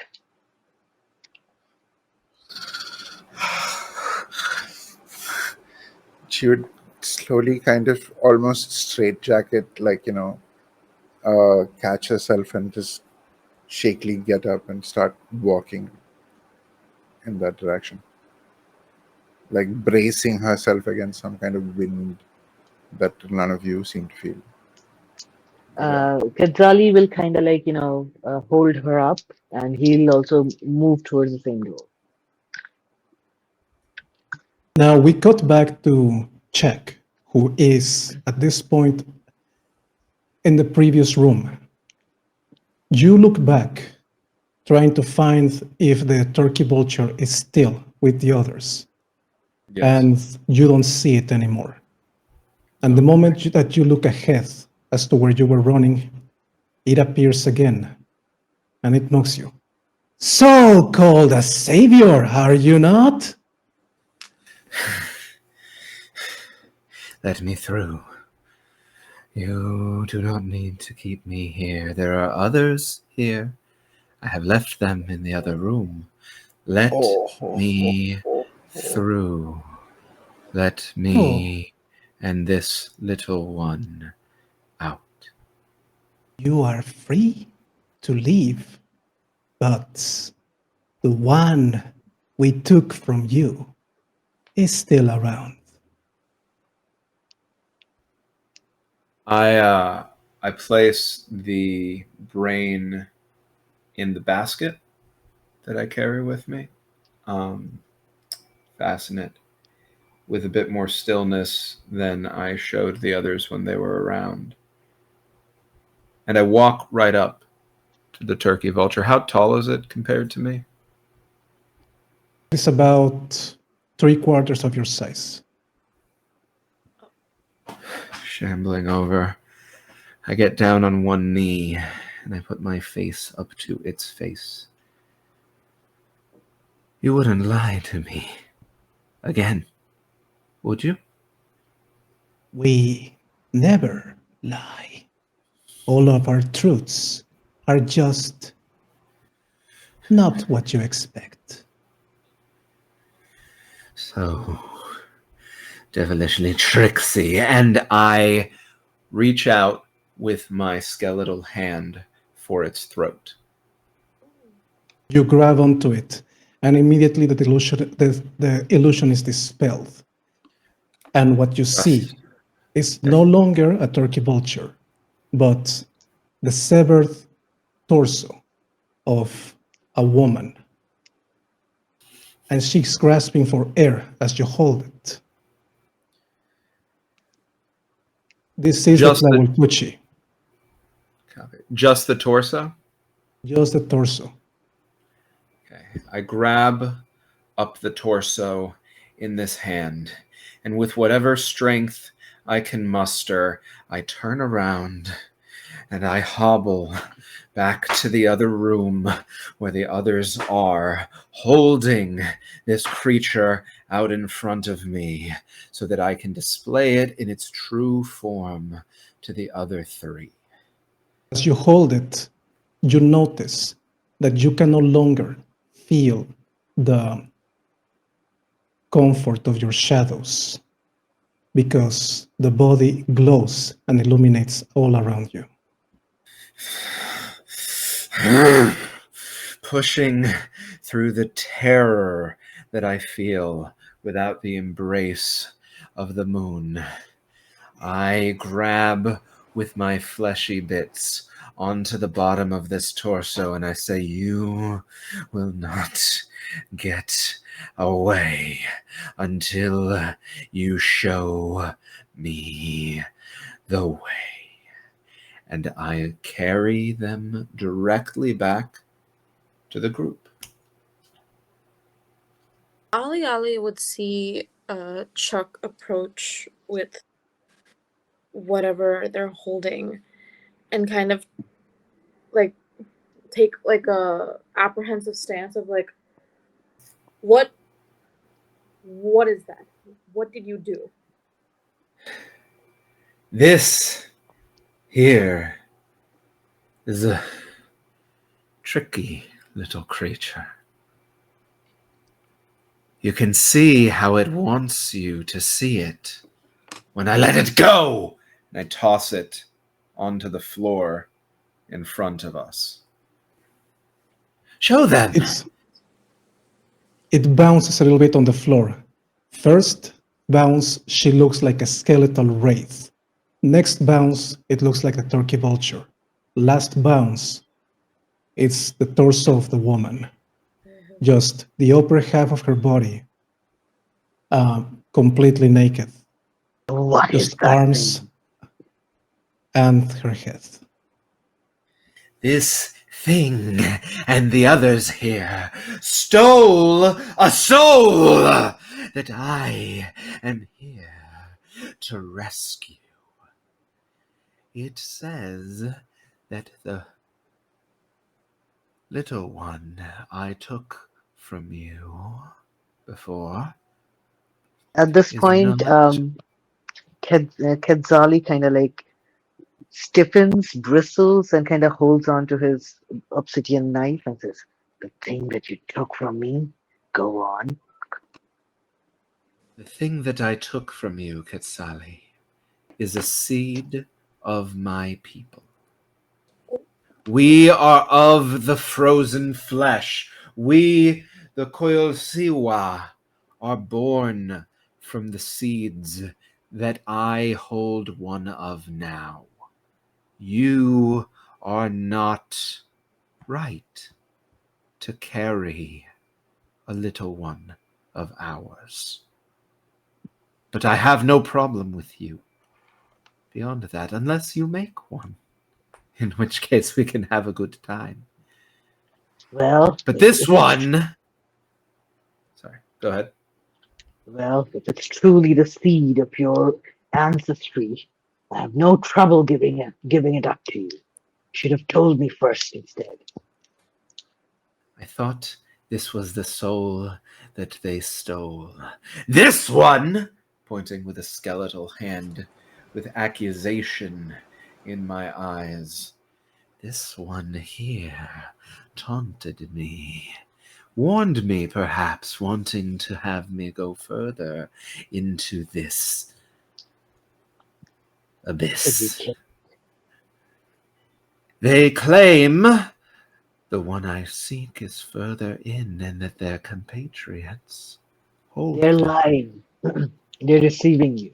They're playing with your mind. Are you going to let them play We with do your not mind? lie. We do not lie. It's the Tlawalpuchi tries to talk as it's lying on the ground.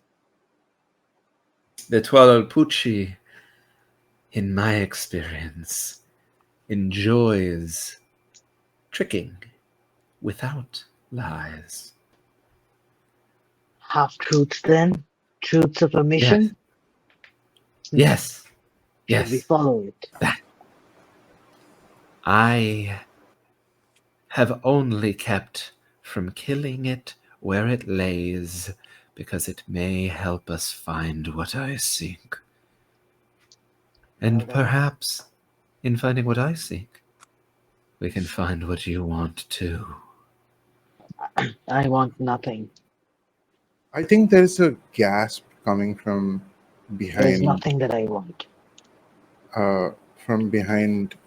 both Ali Ali and Cat. Sorry, what's your name again? Katsali is Shen? Sally. Katsali. Kajali. I would kind of wander around and I'd kind of start walking up to you, kind of like, skittishly, but like hand slowly kind of raising out, like to kind of, and like eyes also kind of shakily on you, but like Kismitli is kind of, almost that odd crab walk that she did before when she was like scarpering over you. She kind of comes up to you and just puts a hand on your forearm. Could you tell me what it is that you want? What pulls you like Nothing. this? I'm doing this at DAC. Okay.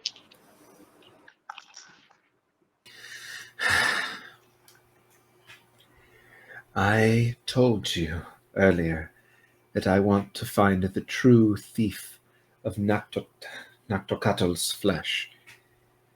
I do. But that is not the thief I need to find first. These things here stole a soul from my people.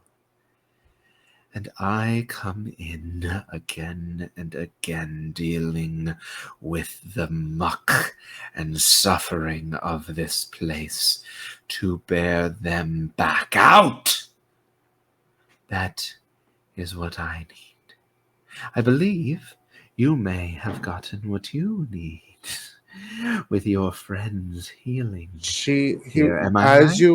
you are doing all this talking, like she's looking at you and her eyes are just like widening and widening, and her lower lip is starting to quiver as she just kind of shakily just steps up and awkwardly hugs you as you are talking. Another tear drops down,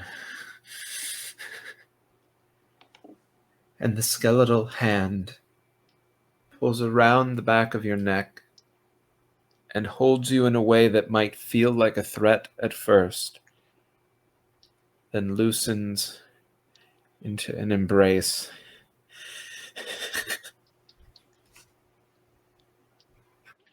You did good. You're all alive. You're alive. We're not all alive until I get them back. I don't think you can get them back. I understand the pain you've been through is the pain of grief. But understand, you're still here and they've passed on. You shall never get them back. It is the truth you need to live with. It should have been me.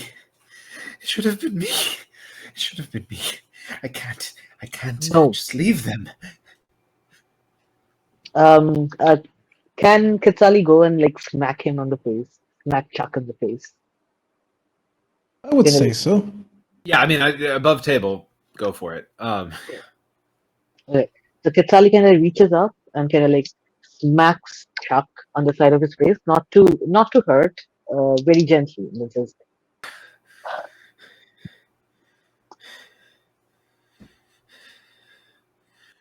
You are kind to me when I stole from you. Why? Pain is a kill switch. It's a kill switch for the brain. It quietens the thought you should not have.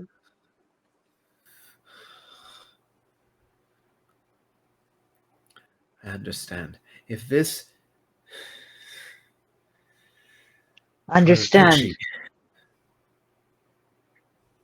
that the soul Understand. that you were looking for is forever gone. There is nothing else you can do apart from go after it or serve your purpose. That is my purpose. That is I One go of your back. So, that is what he is doing. so what is Ali Ali up to at this point?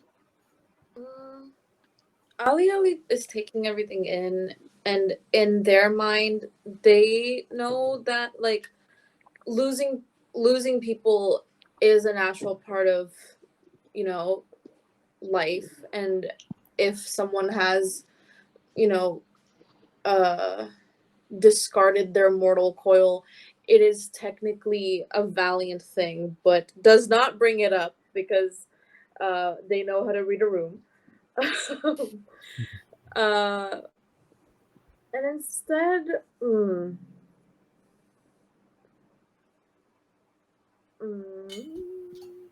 instead would go towards this thing that's spewing statements of, I'm not lying, I'm telling the truth.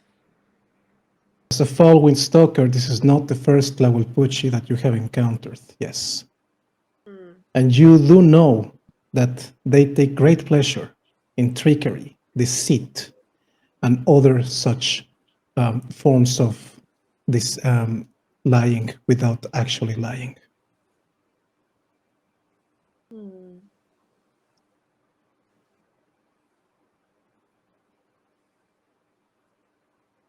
The Pucci gasps for air on the floor as it starts to laugh.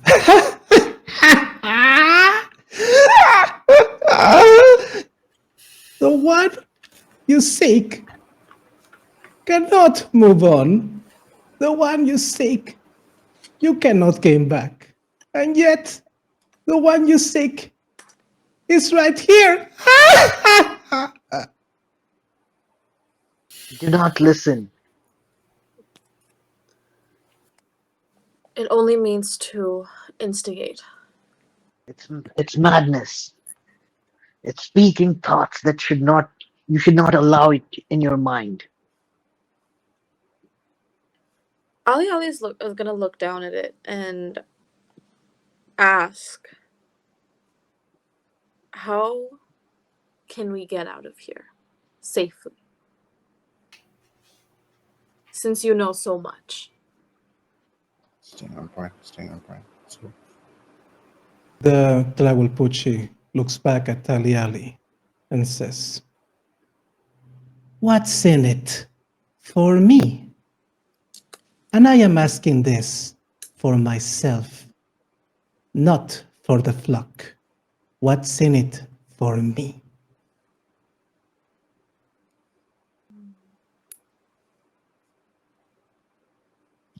I will kill you. Tell us, You and can we'll let you continue. go with your life. And you can continue to trick others who wander in here. and maybe take constructive feedback and try and get better.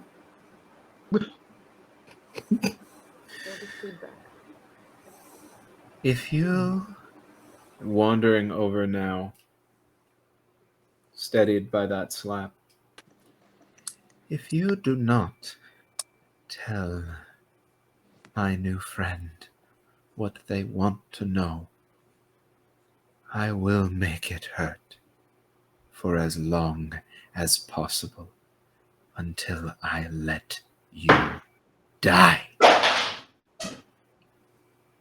You have successfully broken the resolve of this shape-shifting witch thing, and is entirely terrified, more terrified of you than it is of its commanding matron. Can I add And one so more she's thing to go on, for go on. terrifying factor? Whatever acid Iker shit Ali collected, like while while Chuck is saying all of this, they're just gonna like open the little container, dip all their darts one by one with the thing on the tip, and just load it. Be loading it into their blowgun. Just in the background, just like do. This is what's gonna happen to you slowly. How I Well, just cheese. I had the most brilliant, like, how it just pictured itself in the most brilliant way. It's a dual video like of a how to speaking class, and like preparing for a very practical utilitarian urban situation, like, and two very professional disseminations of behaviors needed in these situations. So that Tlawelpuchi is now absolutely terrified and fully submits to your group. I'm done with deception. I'm done with trickery. Ask away. I already did. How do we get out of here safely? There are no safe paths, but there is a way to get somewhere else. But you will have to pass through him, and you will not be able to rescue the one that we kept if you do so. Why not? Because she is in a different part of this facility, of this outpost. Tell me where. So she looks deeply into your eyes and projects the vision into your head. The room, the hallway, littered with the liquid corpses, where you decided to go right towards the ventilation vent, the one going north. That's where they are keeping the soul of one of the Koyol Siwa, trapped, ensnared, and just using her as a living conduit to prevent the gaze of Metzteotl to detect all of what's happening here.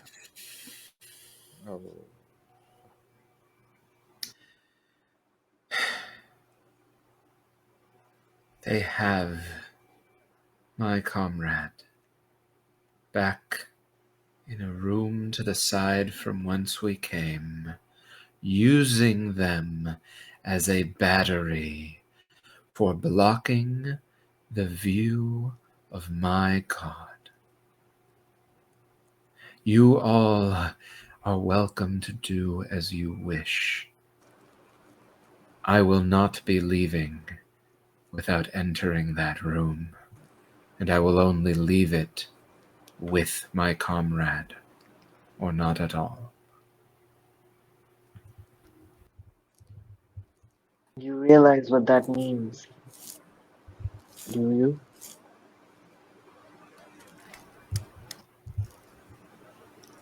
I do not matter.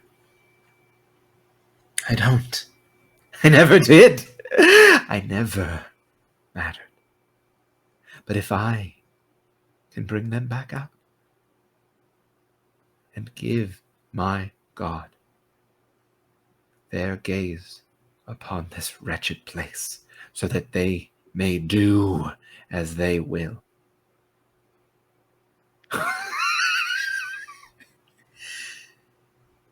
then my time here will have been worth it, and my flesh can go where it may.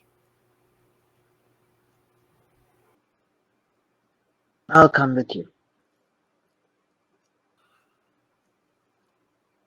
It'll be fun, right? Yes. As It'll you be said, fun. you helped me finish what I needed to do.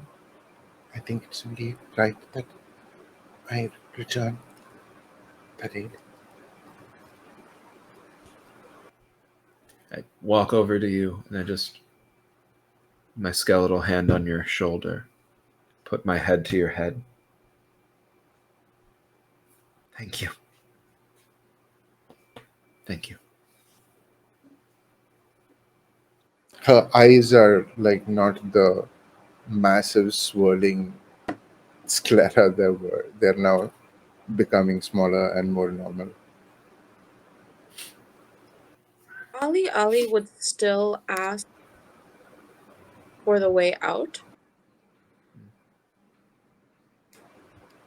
On fucking point.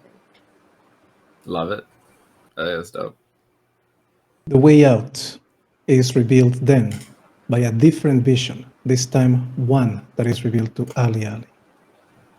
You can see the room that contains the forge.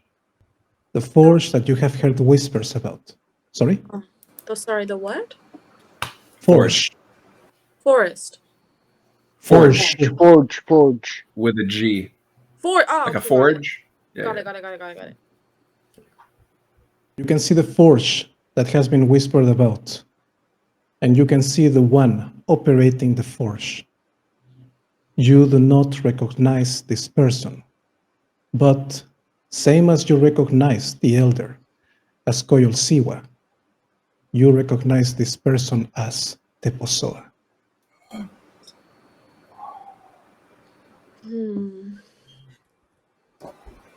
The exit, the way to leave this place, lies in that room.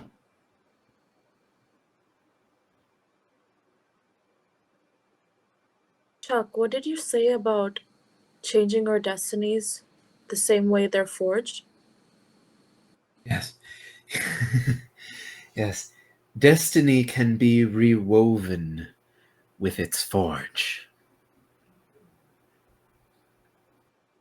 What we have been through already is its own crucible. Can this not be considered it's our forge? It could. I do not know. I am not wise. I am simply a conduit for this truth.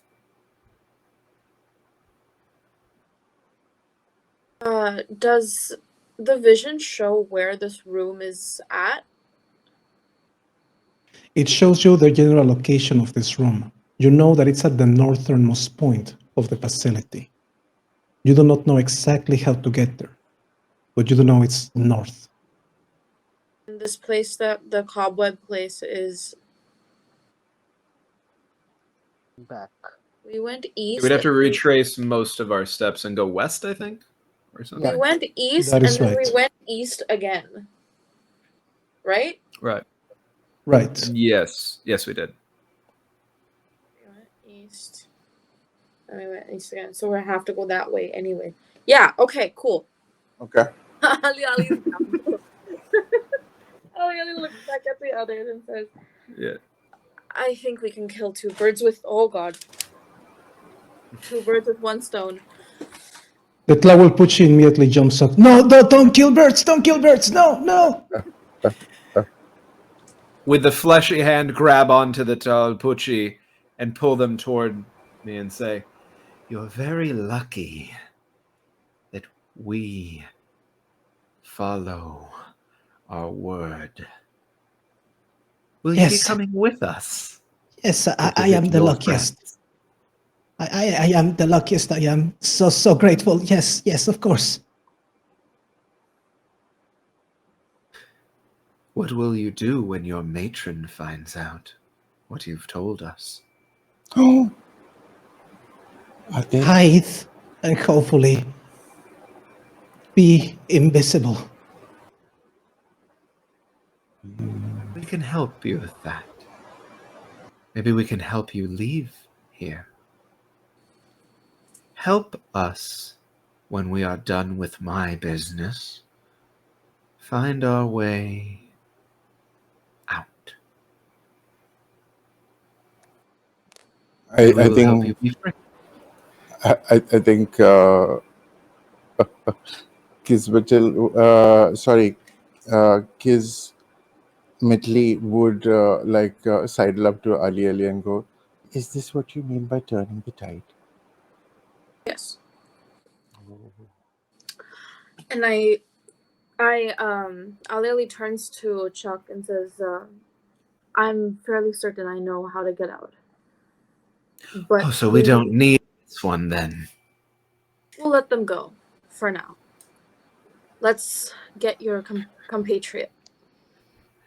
Okay. Drop them on the floor as without care as Chuck possibly can. Mm-hmm. It scurries away, dragging itself by its arms, trying to find a corner to disappear into. Are we heading out? Yes. Hopefully Yeah, I think towards, above. Yeah, I think above table we're going west back the whole way we came back. Going to west that. and then west again. Yeah. We don't need to retrace all of our steps. We'll just get back over where there was the I fork do on the want to road. do something as Oh, released, sure, everyone, sure. like shuffles out. I want to kill this bitch. Oh shit! Okay. Let's go! I don't want anyone else to clock it. That's so You good. stone It's cold. very unbecoming of a hunter to like kind of Stone not cold keep their feet. word. Stone But cold. I Quetzali don't was a trust little this bit bitch. worried. Quetzali was a little bit worried. He might have to give them the rubber mask. So yeah, let's go kill. That's so I'm good. gonna try and just kill it while everyone's like shuffling out, just like fuck you. Blow acid ichor blow dart to your neck. Please and thank you. Someone quote that. God damn it. Fuck. Let's go. You don't need to roll me your attack test, but do roll me your damage, please. You're going to roll the damage of your blow dart. Okay. D6. I've been rolling. That's a 5. A 5, plus the bonus of the damage of the ichor. The moment that the ichor that you collected gives an extra D2 of damage. D2. That's 4. Have it. Plus 2. 5 plus 2. 7. 7. Nice. The ichor is so corrosive and so malignant to the body of the Tlahuelpuchi. It burns it away, melting it with lingering divine energy. This thing, this Tlahuelpuchi, it's not a product of divine creation, but of divine meddling. And exposing it to this cycle melts it away into what it never was supposed to be. It becomes nothing but a stain on the ground. Good. I think Kismetli would start clapping, and somehow a scoreboard of about 12 on 10. Sorry, what? Kismetli would manage applause, and somehow she'd hold up a scoreboard that reads 12 on 10. Oh, I was trying to do this discreetly, but okay. Well, I was gonna say I don't think that Chuck saw it at all. I think Chuck's out the door already. Oh, yeah. Having I was banking on that. Fair. No, this can be Adi doing it as a player. Yeah. Fair. Yeah. Sure. Love it. No one notices that you have killed Let's this get back out creature. there. Cool. Sorry? No one notices that you have killed this creature, I said. Let's go. Well, in that case, is there anything else we should do before heading back to the room with the fork on the road? No. Let's Mr. Okay. Frost this shit. Let's go. So, you approach the glowing cobweb, and Now everyone can very clearly hear the chiming of the ice bells of the coiled siwa. The closer you get to the glowing cobweb, the louder they get. Ali is gonna reach a hand out towards the cobwebs. They stick a little bit into your hand, but they are otherwise easily pulled apart. Then we'll proceed to pull them apart, again, clearing the path for the people behind them. There in this room, you find a cavern that seems a little bit more natural than the rest of the facility. It seems that it was halfway being built the moment that this outpost was devoured by the earth. It is webbed with sticky, glowing threads. And the only thing of notice that you can immediately see is a lone coiled siwa chanting sorrowfully in the center. How do they look? Spectral, with bones showing through their skin. They are crying, and their face is covered by a veil.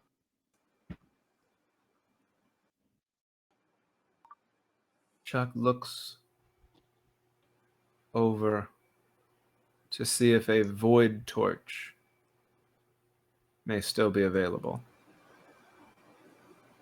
Should hold it up. Takes the torch, disappears into the void. Are there any shadows near this spectral coil siwa? The specter itself does not project any shadows. It's completely translucent. And there's no, like, plinth or rock jutting out anywhere? Roll me your presence. That is a 15. 15. You barely make out the silhouette of more birds perched on the roof of this cavern. There are crows, there are eagles, and there are owls. Are there any shadows up around them? There are. The roof itself is almost completely shrouded in darkness. I appear above an eagle out of the shadow using unseen assault to use my Itzolpoli club to bash it in the head and potentially ride its body down to the ground. Very well. Okay, so please roll me the damage. That absolutely will do it. Perfect. Do you need me to roll for unseen assault first? Test Oh yes, agility and sorry, strength? yes. No worries. That worked out because that is a 19 and it was Let's against go. a 10. So. Hell yeah. All right, so rolling the damage is going to be the D8. Let me go ahead and grab that up. Just a 2.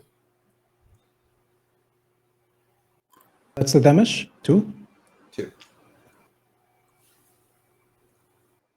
The attack is successful, and you have successfully struck this eagle, which immediately turns back into an old crone, skeletal and emaciated, and looking back at you, furious that you would dare hit it with such weak attack. Immediately, all the birds focus on you as the eagle screeches out and gives an order to attack you. Question. Yes. I don't know how this functions because it's under my backstory. I don't know if this has to be an action or if it's like a special from a mechanical perspective. So you tell me. but the lunar search that you mentioned that costs 1 spirit well, it's a presence versus 12. How does that function? It is ability, a power. You can just activate it and immediately But it's an take action. advantage. It is, Mechanically, yes. it's an action, so I'd have to take it as an action. Okay. Yeah. Copy. Okay. No, I was just asking because I would imagine then in the action economy, I don't have a chance to do it in reaction to this. I can wait until the next time I can act. Indeed. But if you succeed in your defense roll with a crit, I would allow it. So roll me your defense and let's see what happens. Okay, so the defense roll is going to be D20 plus toughness. Is that what I'm doing? D20 plus agility. Oh, plus agility. So much Yeah. better. That is a not natural 20. Let's Not- go. No. Yeah, Not you know natural, what? but It's not natural, yeah, but let's just rule of cool it a little bit and say that you can successfully activate all right. Beautiful. So I spend my 1 spirit well. That was all I had for this. Feels like it's worth it.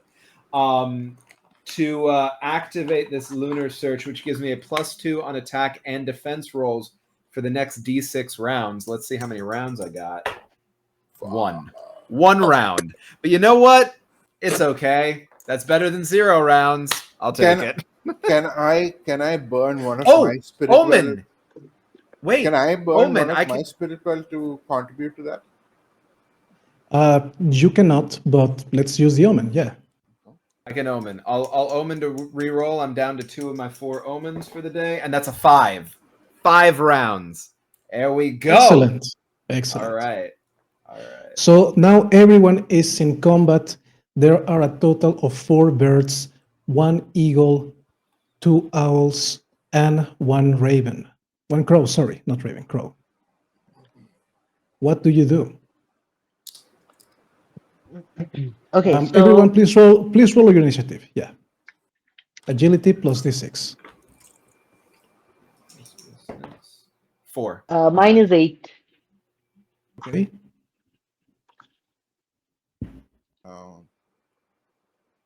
I got 6.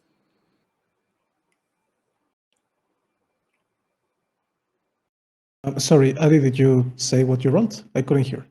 I rolled a 6, so that's a 6. Okay.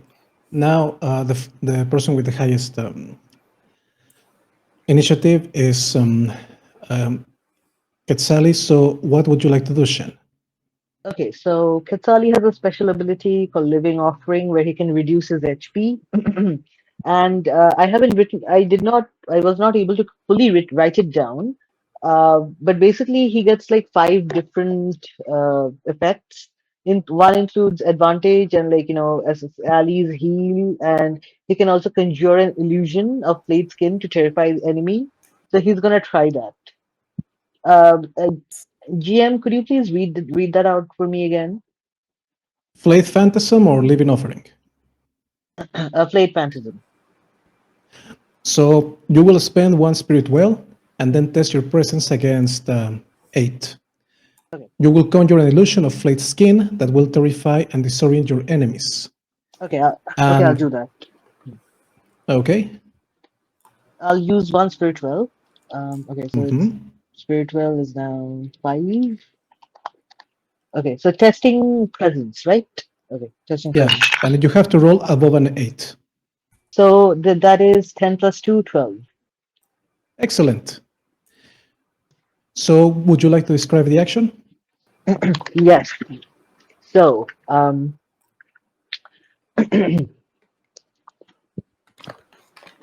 Quetzali reaches deep within himself, connects to his spirit well, takes up all his spirit energy he can, and then he projects the phantasm of his myriad of scars all over his body and projects that phantasm across towards the ravens. All of the birds are looking at the ghostly apparition and are absolutely terrified of what they see. They cannot comprehend this apparition, this spirit, because to them, It appears divine. It appears connected somehow to the hero god of the Coatlica, Ayekoatemikti. Oh, and it'll last for 3 rounds. For 3 rounds, these birds can do absolutely nothing. Okay, we have a tie between Adi and Agent P next. I believe so. Pete, So go for it. Pete, go for it. Can I tell if a creature is at half damage? I will say that you can. Yeah. You can Okay. recognize the signs of an animal or a beast being wounded. So yeah. Are any of the birds at half damage? None of them have taken okay. taken any damage except the eagle, which took 2 points of damage. You know what? In that case, I'm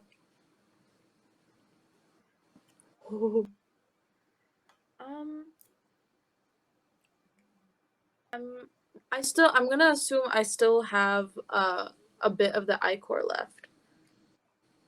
Yeah. Great. I'm gonna dip a torch that I have in the ichor, light it on fire, and throw. And aim for as many birds as I can. I'm going to rule that as a ranged weapon, so please test your presence. Ooh, dirty 20. Hey! Excellent. The ichor covered torch is thrown into the general vicinity of the most birds possible. Would you like to describe the action?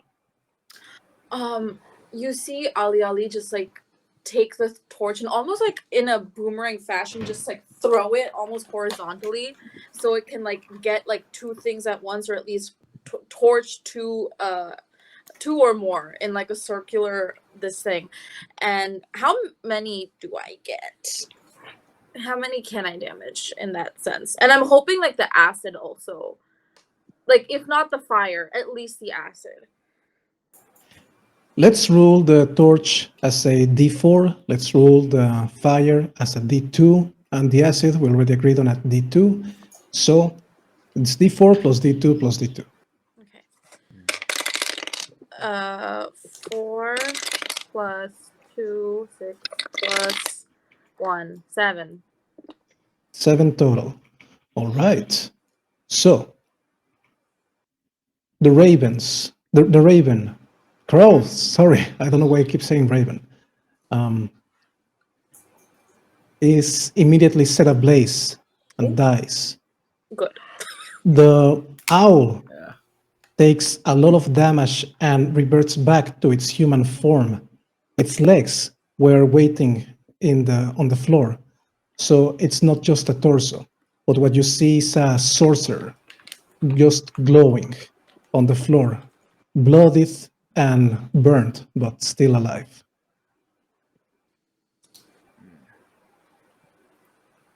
Okay, perfect.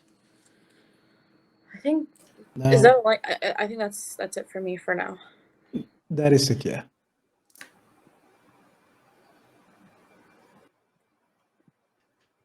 So, Kimistli. I think Kismetli is just done with it. She's been here and she accomplished somehow something that she did not think, and now she's let go of something that was tethered and kept here, and now birds think that they're going to stop us. She is pissed. She will reach up to that cap on her chest and unopen it, like unpop, and like just a massive blood of deep arterial blood gushes out. She goes down to 1 HP, but that blood surges into the ground as she kneels down and just starts muttering and praying. And if you will allow it, DM, I will use every single. I will leave. I still have 5 spirit well points. I will burn all of them if I can retake control of the the massive construct, and the wall in between the chambers just gets pummeled as like big O style, like the construct just comes powering through, and 2 massive fists just eradicate whatever is left of our opposition.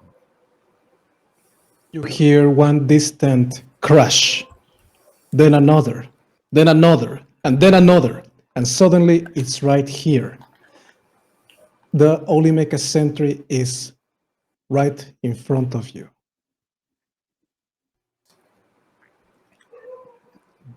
Yeah, coiled runic bands of blood just go around her wrists, and like they move, and in concordance, like the massive Goliath of stone moves and just like starts batting the flies out of the air.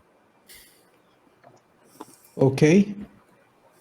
Let me just do some rolls here. Love it.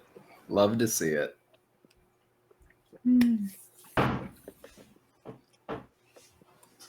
And you see like that one shaky hand has kind of gone back to plug the hole in her chest, but she's looking a little draped.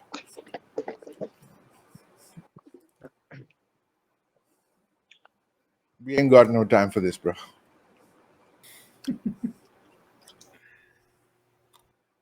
Okay, so you said it was targeting the birds, the flying birds. Anything that will impede us from getting to what we need to do next. The rampage of this gigantic sentry is so powerful that it manages to knock out of the sky, killing another of the crows. This, in turn, also damages the one that is already on the ground, the transformed owl, still holding on to its life, just a little bit. Yet the eagle remains almost undisturbed. Weaker, yes. Wounded, yes. But still very much alive. Bleeding out of her nose and mouth, hands buried in the earth, and just like arching her back like a feral creature, Kismetli just growls.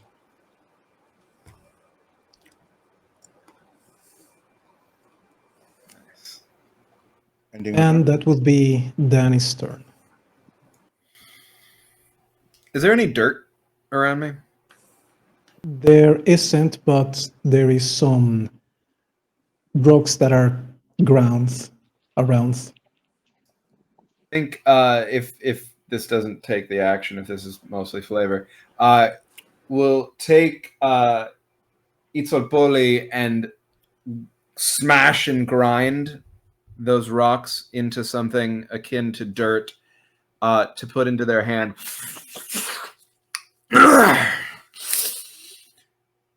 Pull their shield forward, antique that it is, around their fleshy arm, and charge directly at this crone that was an eagle, and whap them right in the neck with their club, with Itzolpoli. Excellent. So please roll me your attack test. That's strength. Yeah, luckily it's flat now because my strength is -2, but I get a +2 from the boon. Of course. So not going to do it. Still just a 7. You know what? I really want to do this. I'm going to spend another omen. Got 1 left after this. That is an 18. Excellent. So would you like to describe the action? Yes. Wait, do you want me to roll your damage. Roll your damage before. Yeah. Let me roll the damage. It's going to be a D8 plus 2. It's only a 4. But that fits.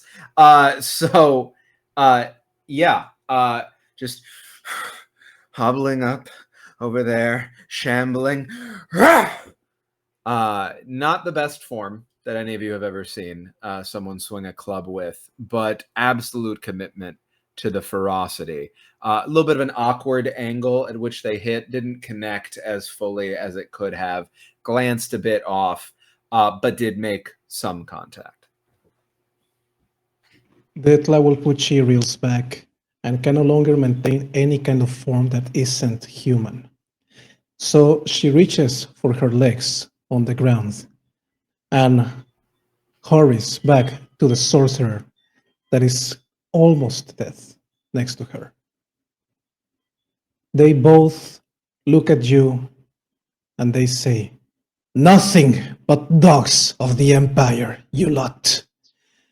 They face each other, and with the blood of their fallen companions, their own blood, and even the blood that was spilled by Kismitli, they prepare an attack, targeting you specifically, the coiled siwa that has been a thorn on their side from the moment you enter the room. Please roll your defense. Alrighty, that is going to be with a +2 as well. And agility, right? Goes into defense. It's going to be +3 overall, and that is a 21. 21. Okay. You masterfully evade both of the attacks. You see how blood bolts towards you. You see how they try to siphon life out of you with tendrils, and magic shoots out of their fingers. Yet you manage to escape their grasp. It is now your turn again. So, should we do initiative again or something else? How's everybody feel? I don't mind rolling for initiative. Okay, let's do initiative again then. Everyone, D6 again, plus your agility. 4 plus 2, 6. 3. 2. It's a 2. 4. Okay, so we have another tie, this time between Shen and Agent P. So, who would like to go first? Okay, so does anybody need healing? Above table question. Yeah. Kismetli is at 1 HP and 1 SP. Yeah, Kismetli for sure needs. Yeah. Okay. Okay, I'll go first. GM, could you read me out the special ability of Living Offering? Right. So, as a living offering, you can sacrifice some of your HP, and you can decide how much. You can sacrifice D2, D4, or D6 HP. And afterwards, you roll the die that you selected, and depending on your roll is the effect that you get and the amount of HP you lose. Okay. So, all right, I have omen points. I'm gonna sacrifice D4 HP.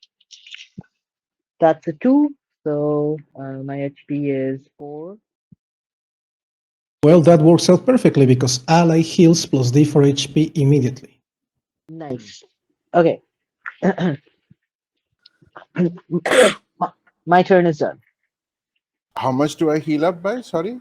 D4. D4. A D4. I rolled that, right? Yeah. Okay. I can do it for you if you prefer, but I rolled a it's not. 3. Okay, great. Awesome. So I'm at 4 HP. Awesome. Now, Thank you. Ali. I'm trying to target is the sorcerer still up and kicking? Yes. Okay, I'm gonna target him with a dart, with an acid poisoned dart. Sounds great. Please roll me your presence for the range attack. How do I use my luck? You can spend it at any point to reroll a die, cancel out a crit or fumble, deal max damage with one attack, I'm gonna reroll. revive one. Okay, sure.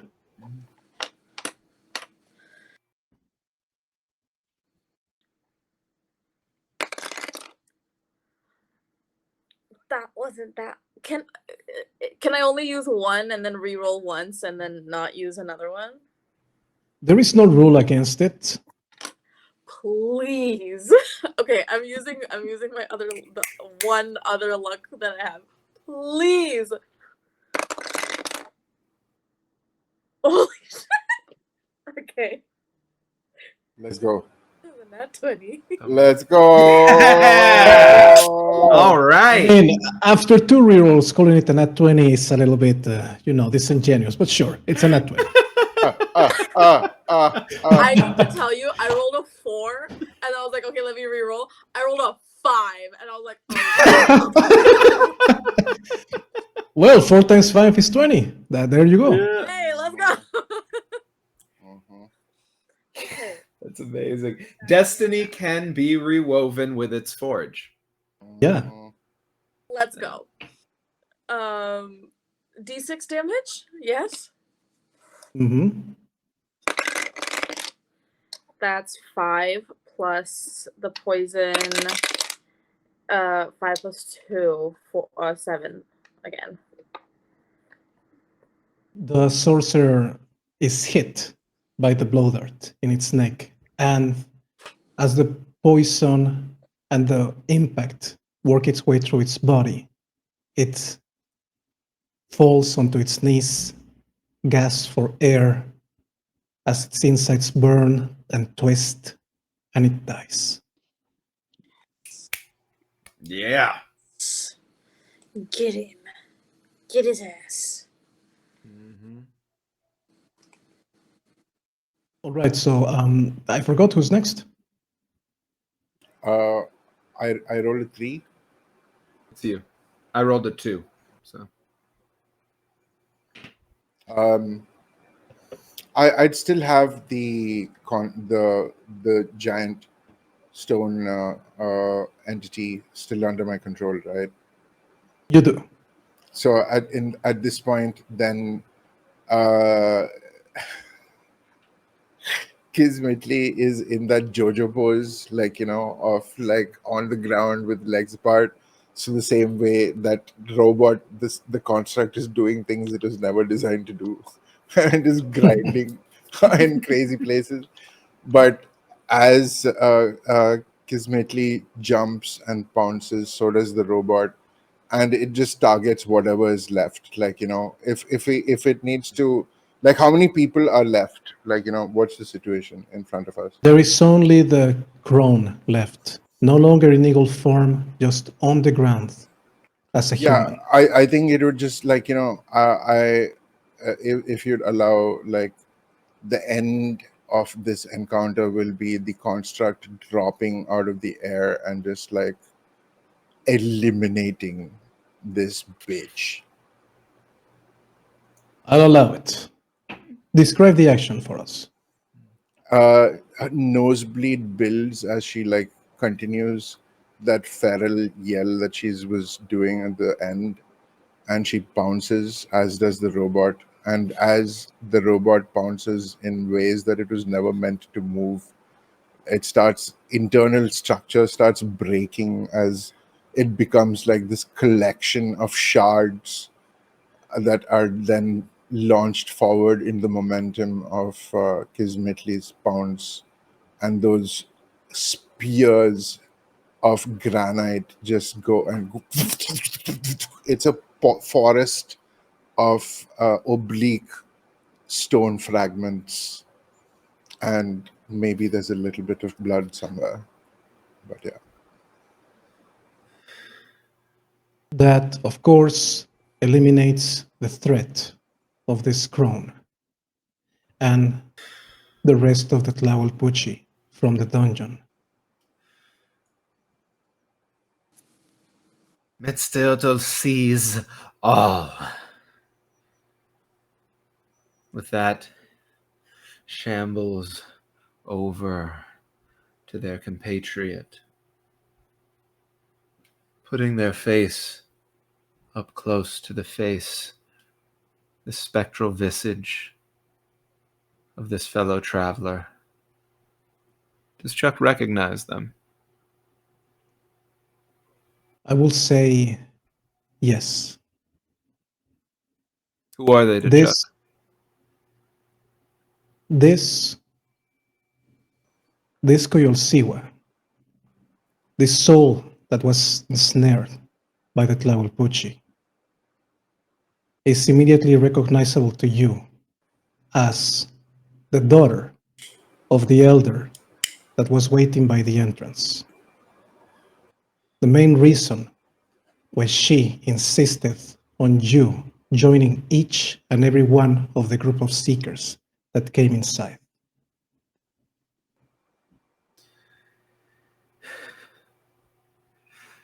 Dear one, your mother has been so worried. I am here to bring you home if you are ready for that. Her chanting goes quiet. Her eyes bells silent. She hands you her staff, and as she puts it in your hands, she disappears.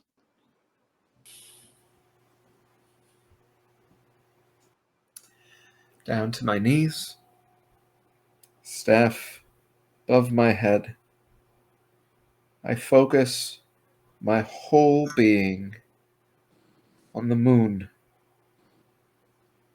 and bringing the eye of our God back to this place in thanks for the recovery of this lost one. You feel the warm light of the moon, something only those living in perpetual night are familiar with, as it bathes you and covers everything around you. You no longer hear any chimings coming from the dungeon.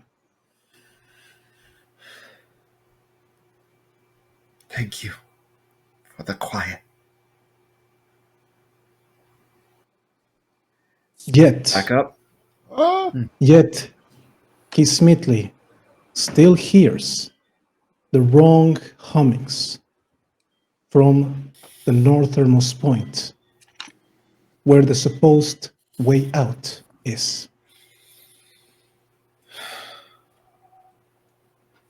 I am but I am very less. I don't know how much I can offer.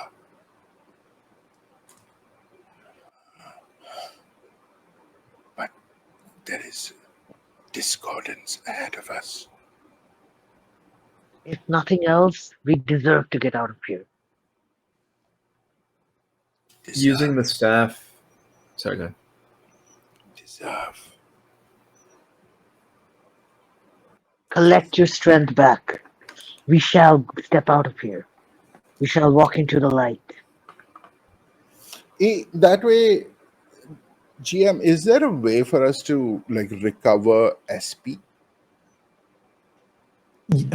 Sorry, SW? Oh yeah, spirit well, sure. You can rest and you will recover the die of spirit well that you can roll. Okay. And HP as well, right? Yeah, but not too much HP, with a short rest, of course. We Yeah, can yeah. just Sorry, we go can ahead. just eat the seeds of Shokol. You can Does brew that give- chocolate Does to that give recover S your HP, yes. for HP, but not for SW, right? Not for SW, no. How does short rest work in this system? Are we able to, in the chamber that we're in, short rest before heading north? You can, yes. Okay. I think then, yeah, we do that. We have to finish this. And what's the what is the die that we roll for the SW? It's character dependent. I believe each of your classes have a different die, so Oh, okay. Yeah. I can tell you if you want. Yes, please. Yeah, if you don't mind, I don't have it written down for Moon Curse Shadow. Okay. So for Mooncore's Shadow, your spirit well die is a d6. Thank you. Then for Runestone Rambler. Runestone Rambler, it's d4. All right. What else have we got? We got the Following Stalker. That is a d3. And is there any addition to that D4? Not right now. Okay. If it was a long rest, it would be your presence plus that, but since it's not, Right. All right. Cool. it's just the die. So I have 4 spirit well back at this point, and my health was 4, I guess. My max HP is 5, so I'm back to full, I guess. Right? And yeah, and the Flayed Mystic, that's a d4. Okay. I still have 5 spiritual left, so that's cool. Okay. Yeah. So Yes. So yeah, we are all the full and ready. in front of you, in front of this room, there is one door. One door that looks suspiciously similar to the airlock door from the other side of the dungeon.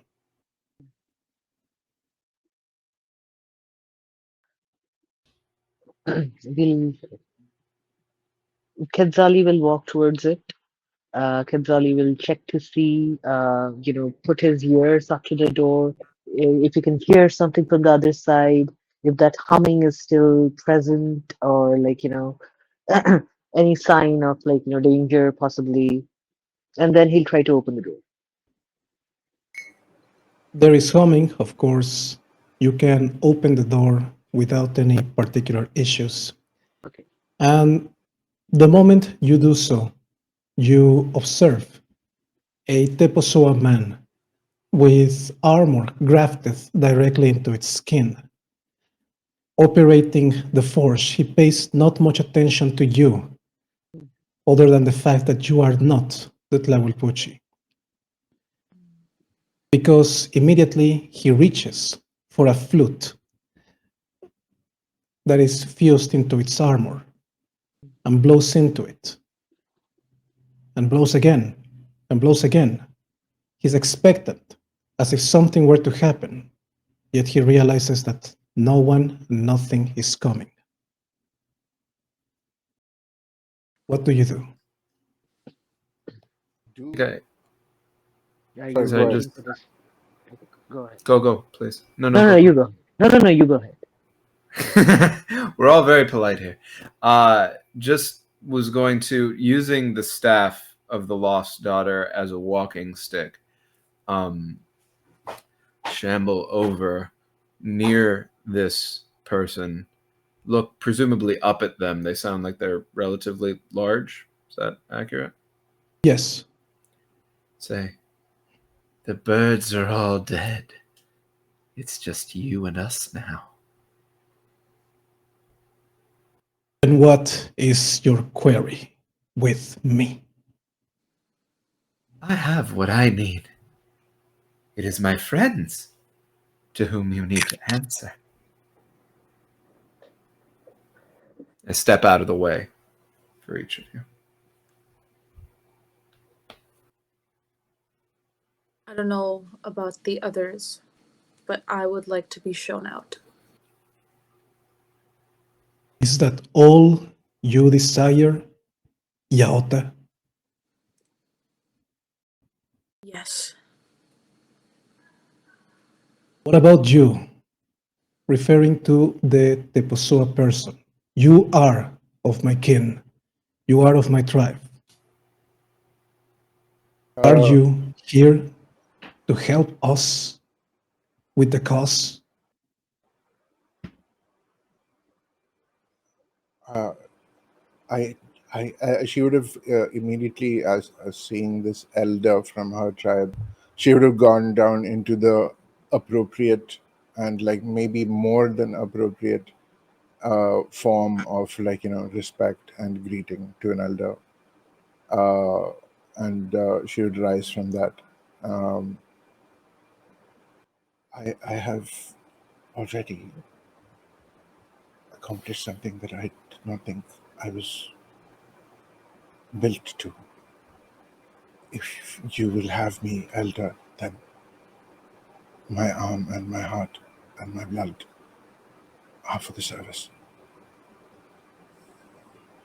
He extends his arm to you and places you next to him, next to the forge.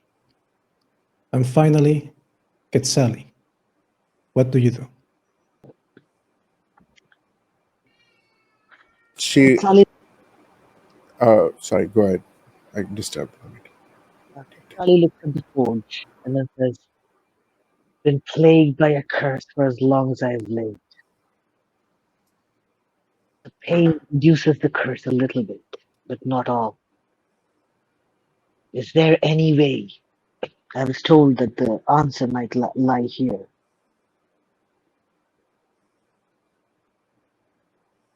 Istlacoliuqui looks at you directly and he says, my father was flayed as a punishment. You flay yourself as a curse. You are not that different from what I'm trying to heal here, what I'm trying to fix. I do not have much to offer you, yet what I have will ease your burden. He opens the forge, and inside you see another piece of brain matter, this time not frozen, but charred, burnt to a crisp.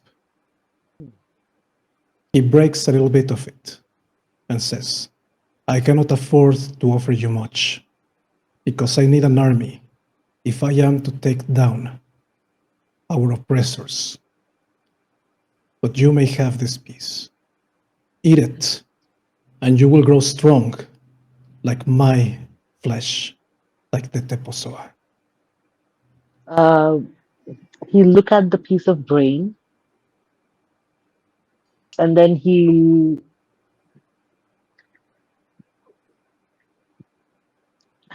slowly put a little bit of it in his mouth, and then he'll say, if you're building an army to resist oppression, then I would rather keep this in your hands. The pain can be ecstasy at times, but rebellion cannot wait. You lot are good folk, and I thank you for this.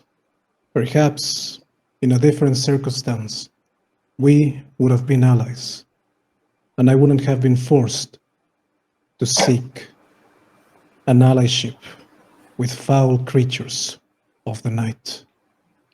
I thank you for letting me continue my handiwork.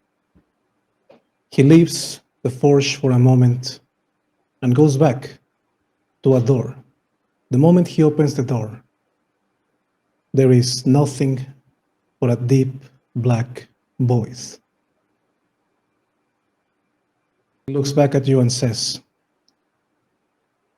this is how I get here.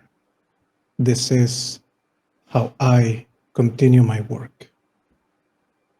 I just ask of you not to tell the Empire of my doings. I cannot stop you, but you will be stopped.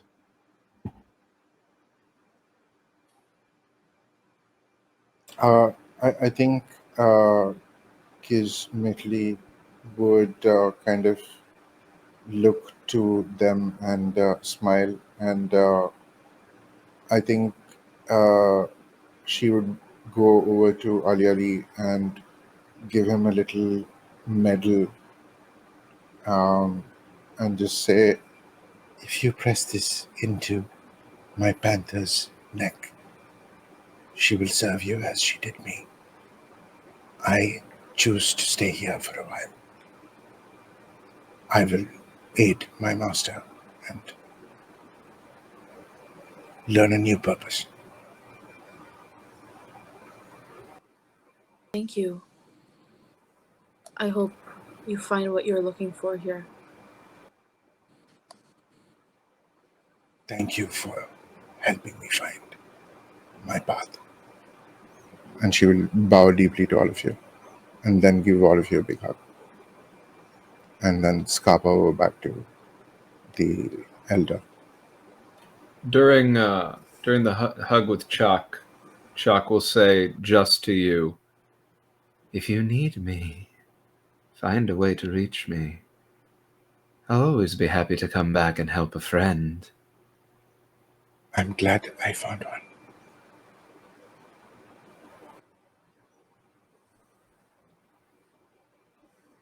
I think after that, though, Chuck just nods at the forge folk, looks back at the other friends, cocks ahead toward the door, and then holding the basket that has a little one in it, holding herself up on the staff of the lost daughter that she will be returning to her elder, she walks through the door. Roll me a d6. 4. 4.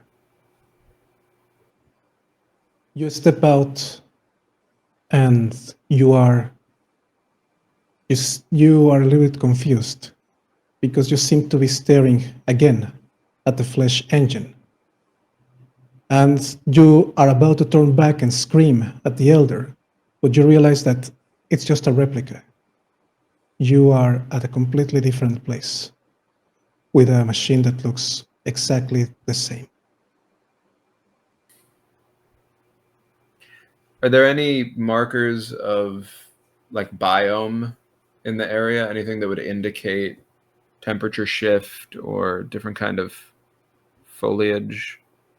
It is way hotter and drier. You believe yourself to be in the volcanic isle of Ayekoatemikti. It's going to be a very long adventure. Are you ready for it? She asks the basket. Then starts to walk on through. Who's next on the gateway? Quetzali will go.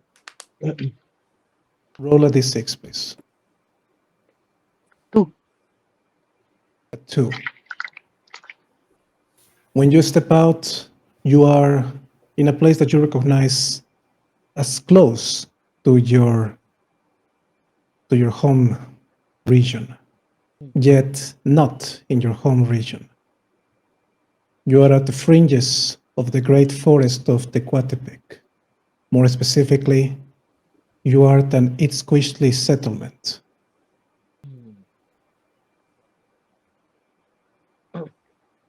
He takes a deep breath and says, well, I get to be an offering once again, and heads off. And that leaves Ali. Will you step through the gateway? Yes. I got a 5. You are exactly where you're supposed to be.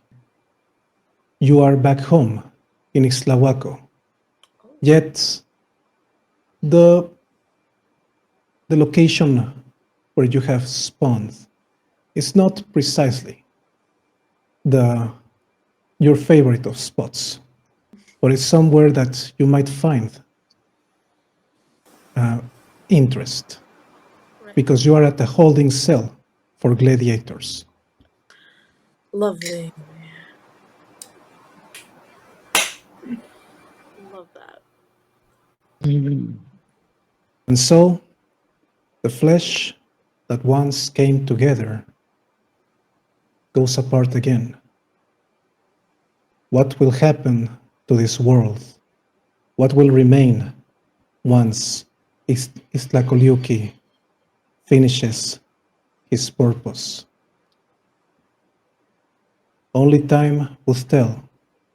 But is there time enough to find out? No one but the gods knows.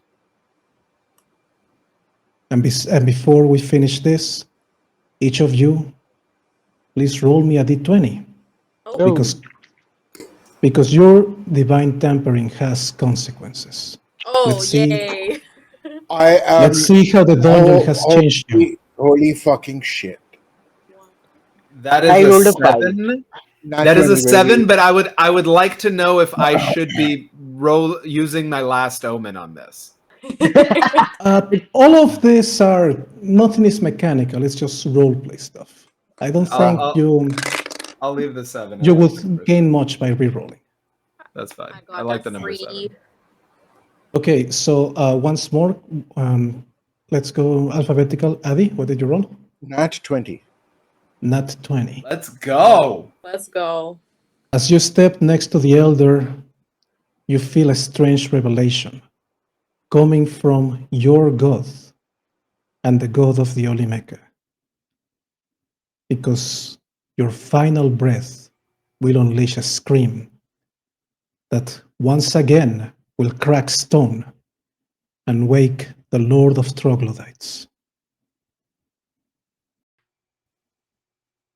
Okay, Agent P. I got a 3. The moment that you look at your surroundings, you realize that you have another vantage point coming from the palm of your hand. You look at it and find yourself looking at yourself with a third eye opening in your palm.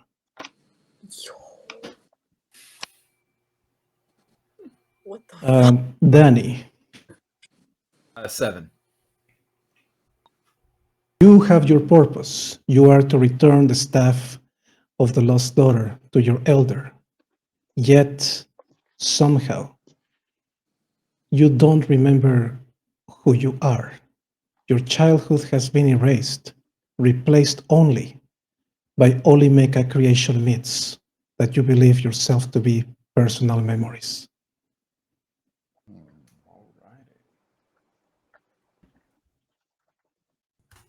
And Shen, 5. 5. You are Quatlika. You are a person that comes from a tribe, originally created by the demonic twin snakes. And now you are cursed to almost emulate them. Because as the sun begins to set on this day, your skin molts away like a serpent, and the husk tries to escape before it turns to ash.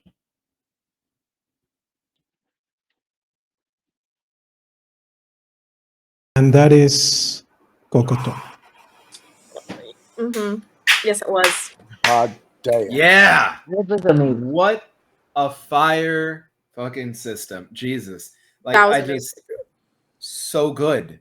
So, can I also say, for a one shot, also, I want to know what happens to all these people. All 4 characters scattered to the wind have such compelling things happening right now. Yep. Ah, so good. Thank you. Thank you. It is a labor of love, I'll tell you that much. Mm-hmm. Clearly. Beautifully done. Beautifully done. Amazing. Goodness. Thank you for having us to play this with you. What a gift. No, the honor was all mine. GMing is one of the things I enjoy the most. And I couldn't have asked for better players to really feel out the full version of Kokotona. It has been play tested extensively, privately, and by other groups, not being GM'd by me, but I have to say, this was amazing. It was so much fun to do. That It was honestly great. amazing. Yeah. Now, of course, KOKOTÖNA is available on Kickstarter. So anyone watching, anyone playing wants to contribute to the campaign, it's already a reality. It's already going to happen. But we have still mysteries to reveal, stretch goals to achieve. Let's go. Yay. Yeah. Give them all the money. Yeah, hey, not just because I'm on this stream. I'm a backer. Like I was already a backer before I got cast in this, and it's I'm even more excited by my decision to do that. I want to playing. become Like, a backer amazing. just because of the way everything is written and like Yeah. just 100%. the pros. 100%. 100%. Yeah. I'll earn it. I'll give me a bit. I'll earn it. Well, thank you so very much. It was an honor to be your GM, and of course, I am El Chupalabras. You can find me on Blue Sky at elchupalabras.itch.io, which is also my itch.io page. Adi, go on. Oh, hello, people of the internet. I have been Adi MK. I go by Fab, he, him. You can find me at Adi MK on both Blue Sky and YouTube, and Moonlight Creations on Instagram. I'm soon going to be working on a couple of books, including a few children's books and some coloring books and like some stuff like that, because I'm tired of not making any money. So, hey. This was a crazy system. I enjoyed every part of it. It allowed my imagination to really let loose. And thank you for allowing me to be as loosey-goosey as I was in that last bit. But I think I was just on a trip. And I think I pitched it well enough that you were just also let him get away with it. But Yeah. But as always, I was telling, I have the craziest luck to always find some amazing people to be at a table with, and to RP with, and all of you were fantastic. It was an amazing time, and yeah, that's all. I mean, we'll do stars and wishes and all later, but yeah. Agent P. Hello everyone, I have been, am, and always will be Agent P. You can find me on Blue Sky at theagentp.bluesky.social or on Instagram at the.agent.p. If you like little crochet things, you can check out my Instagram page at So Strange Store. So is spelled SEW. Where you can find very cute makes that apparently I cannot find in the vicinity of me right now.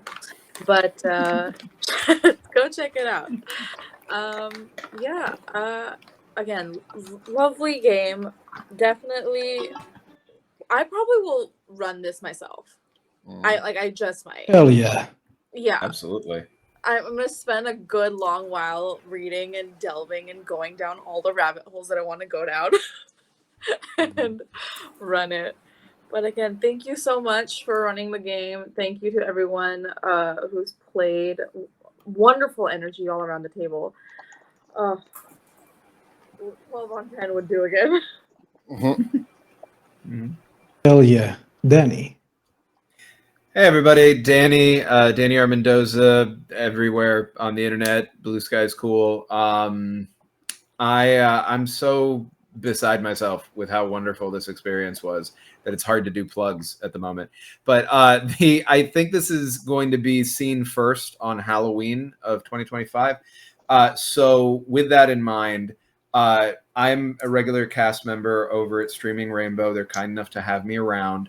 I'm currently on the Fabula Ultima actual play over there called Olympus, playing a character named Eddie. And the 8th episode of that will have come out the day before this first came out. It's typically coming out on Tuesdays, though, and you can catch up on the whole thing on a playlist on Streaming Rainbow YouTube.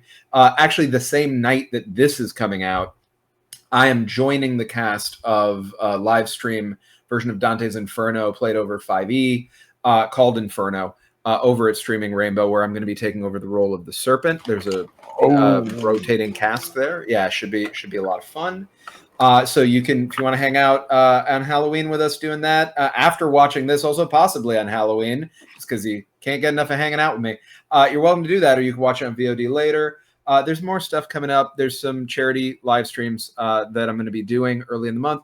Just check out my socials, and you'll see more of that stuff. But seriously, to all of y'all here in this group, very much, including YouTube, for both having run it so well and having written such a beautiful gift of a game for us to get to play. Thank you. This was profound and lovely and silly and dangerous and full of stakes and trust, which is great, since this is the first time I think that the whole group has been at the table. I think a couple of you played together before. The whole group's at the table for the first time together on this. And just like session zeroed yesterday. So this was a lot of trust very quickly. Really appreciate that. Thank you for being such wonderful players. I hope to get to play with all of you again. Thank you so much. And Shen.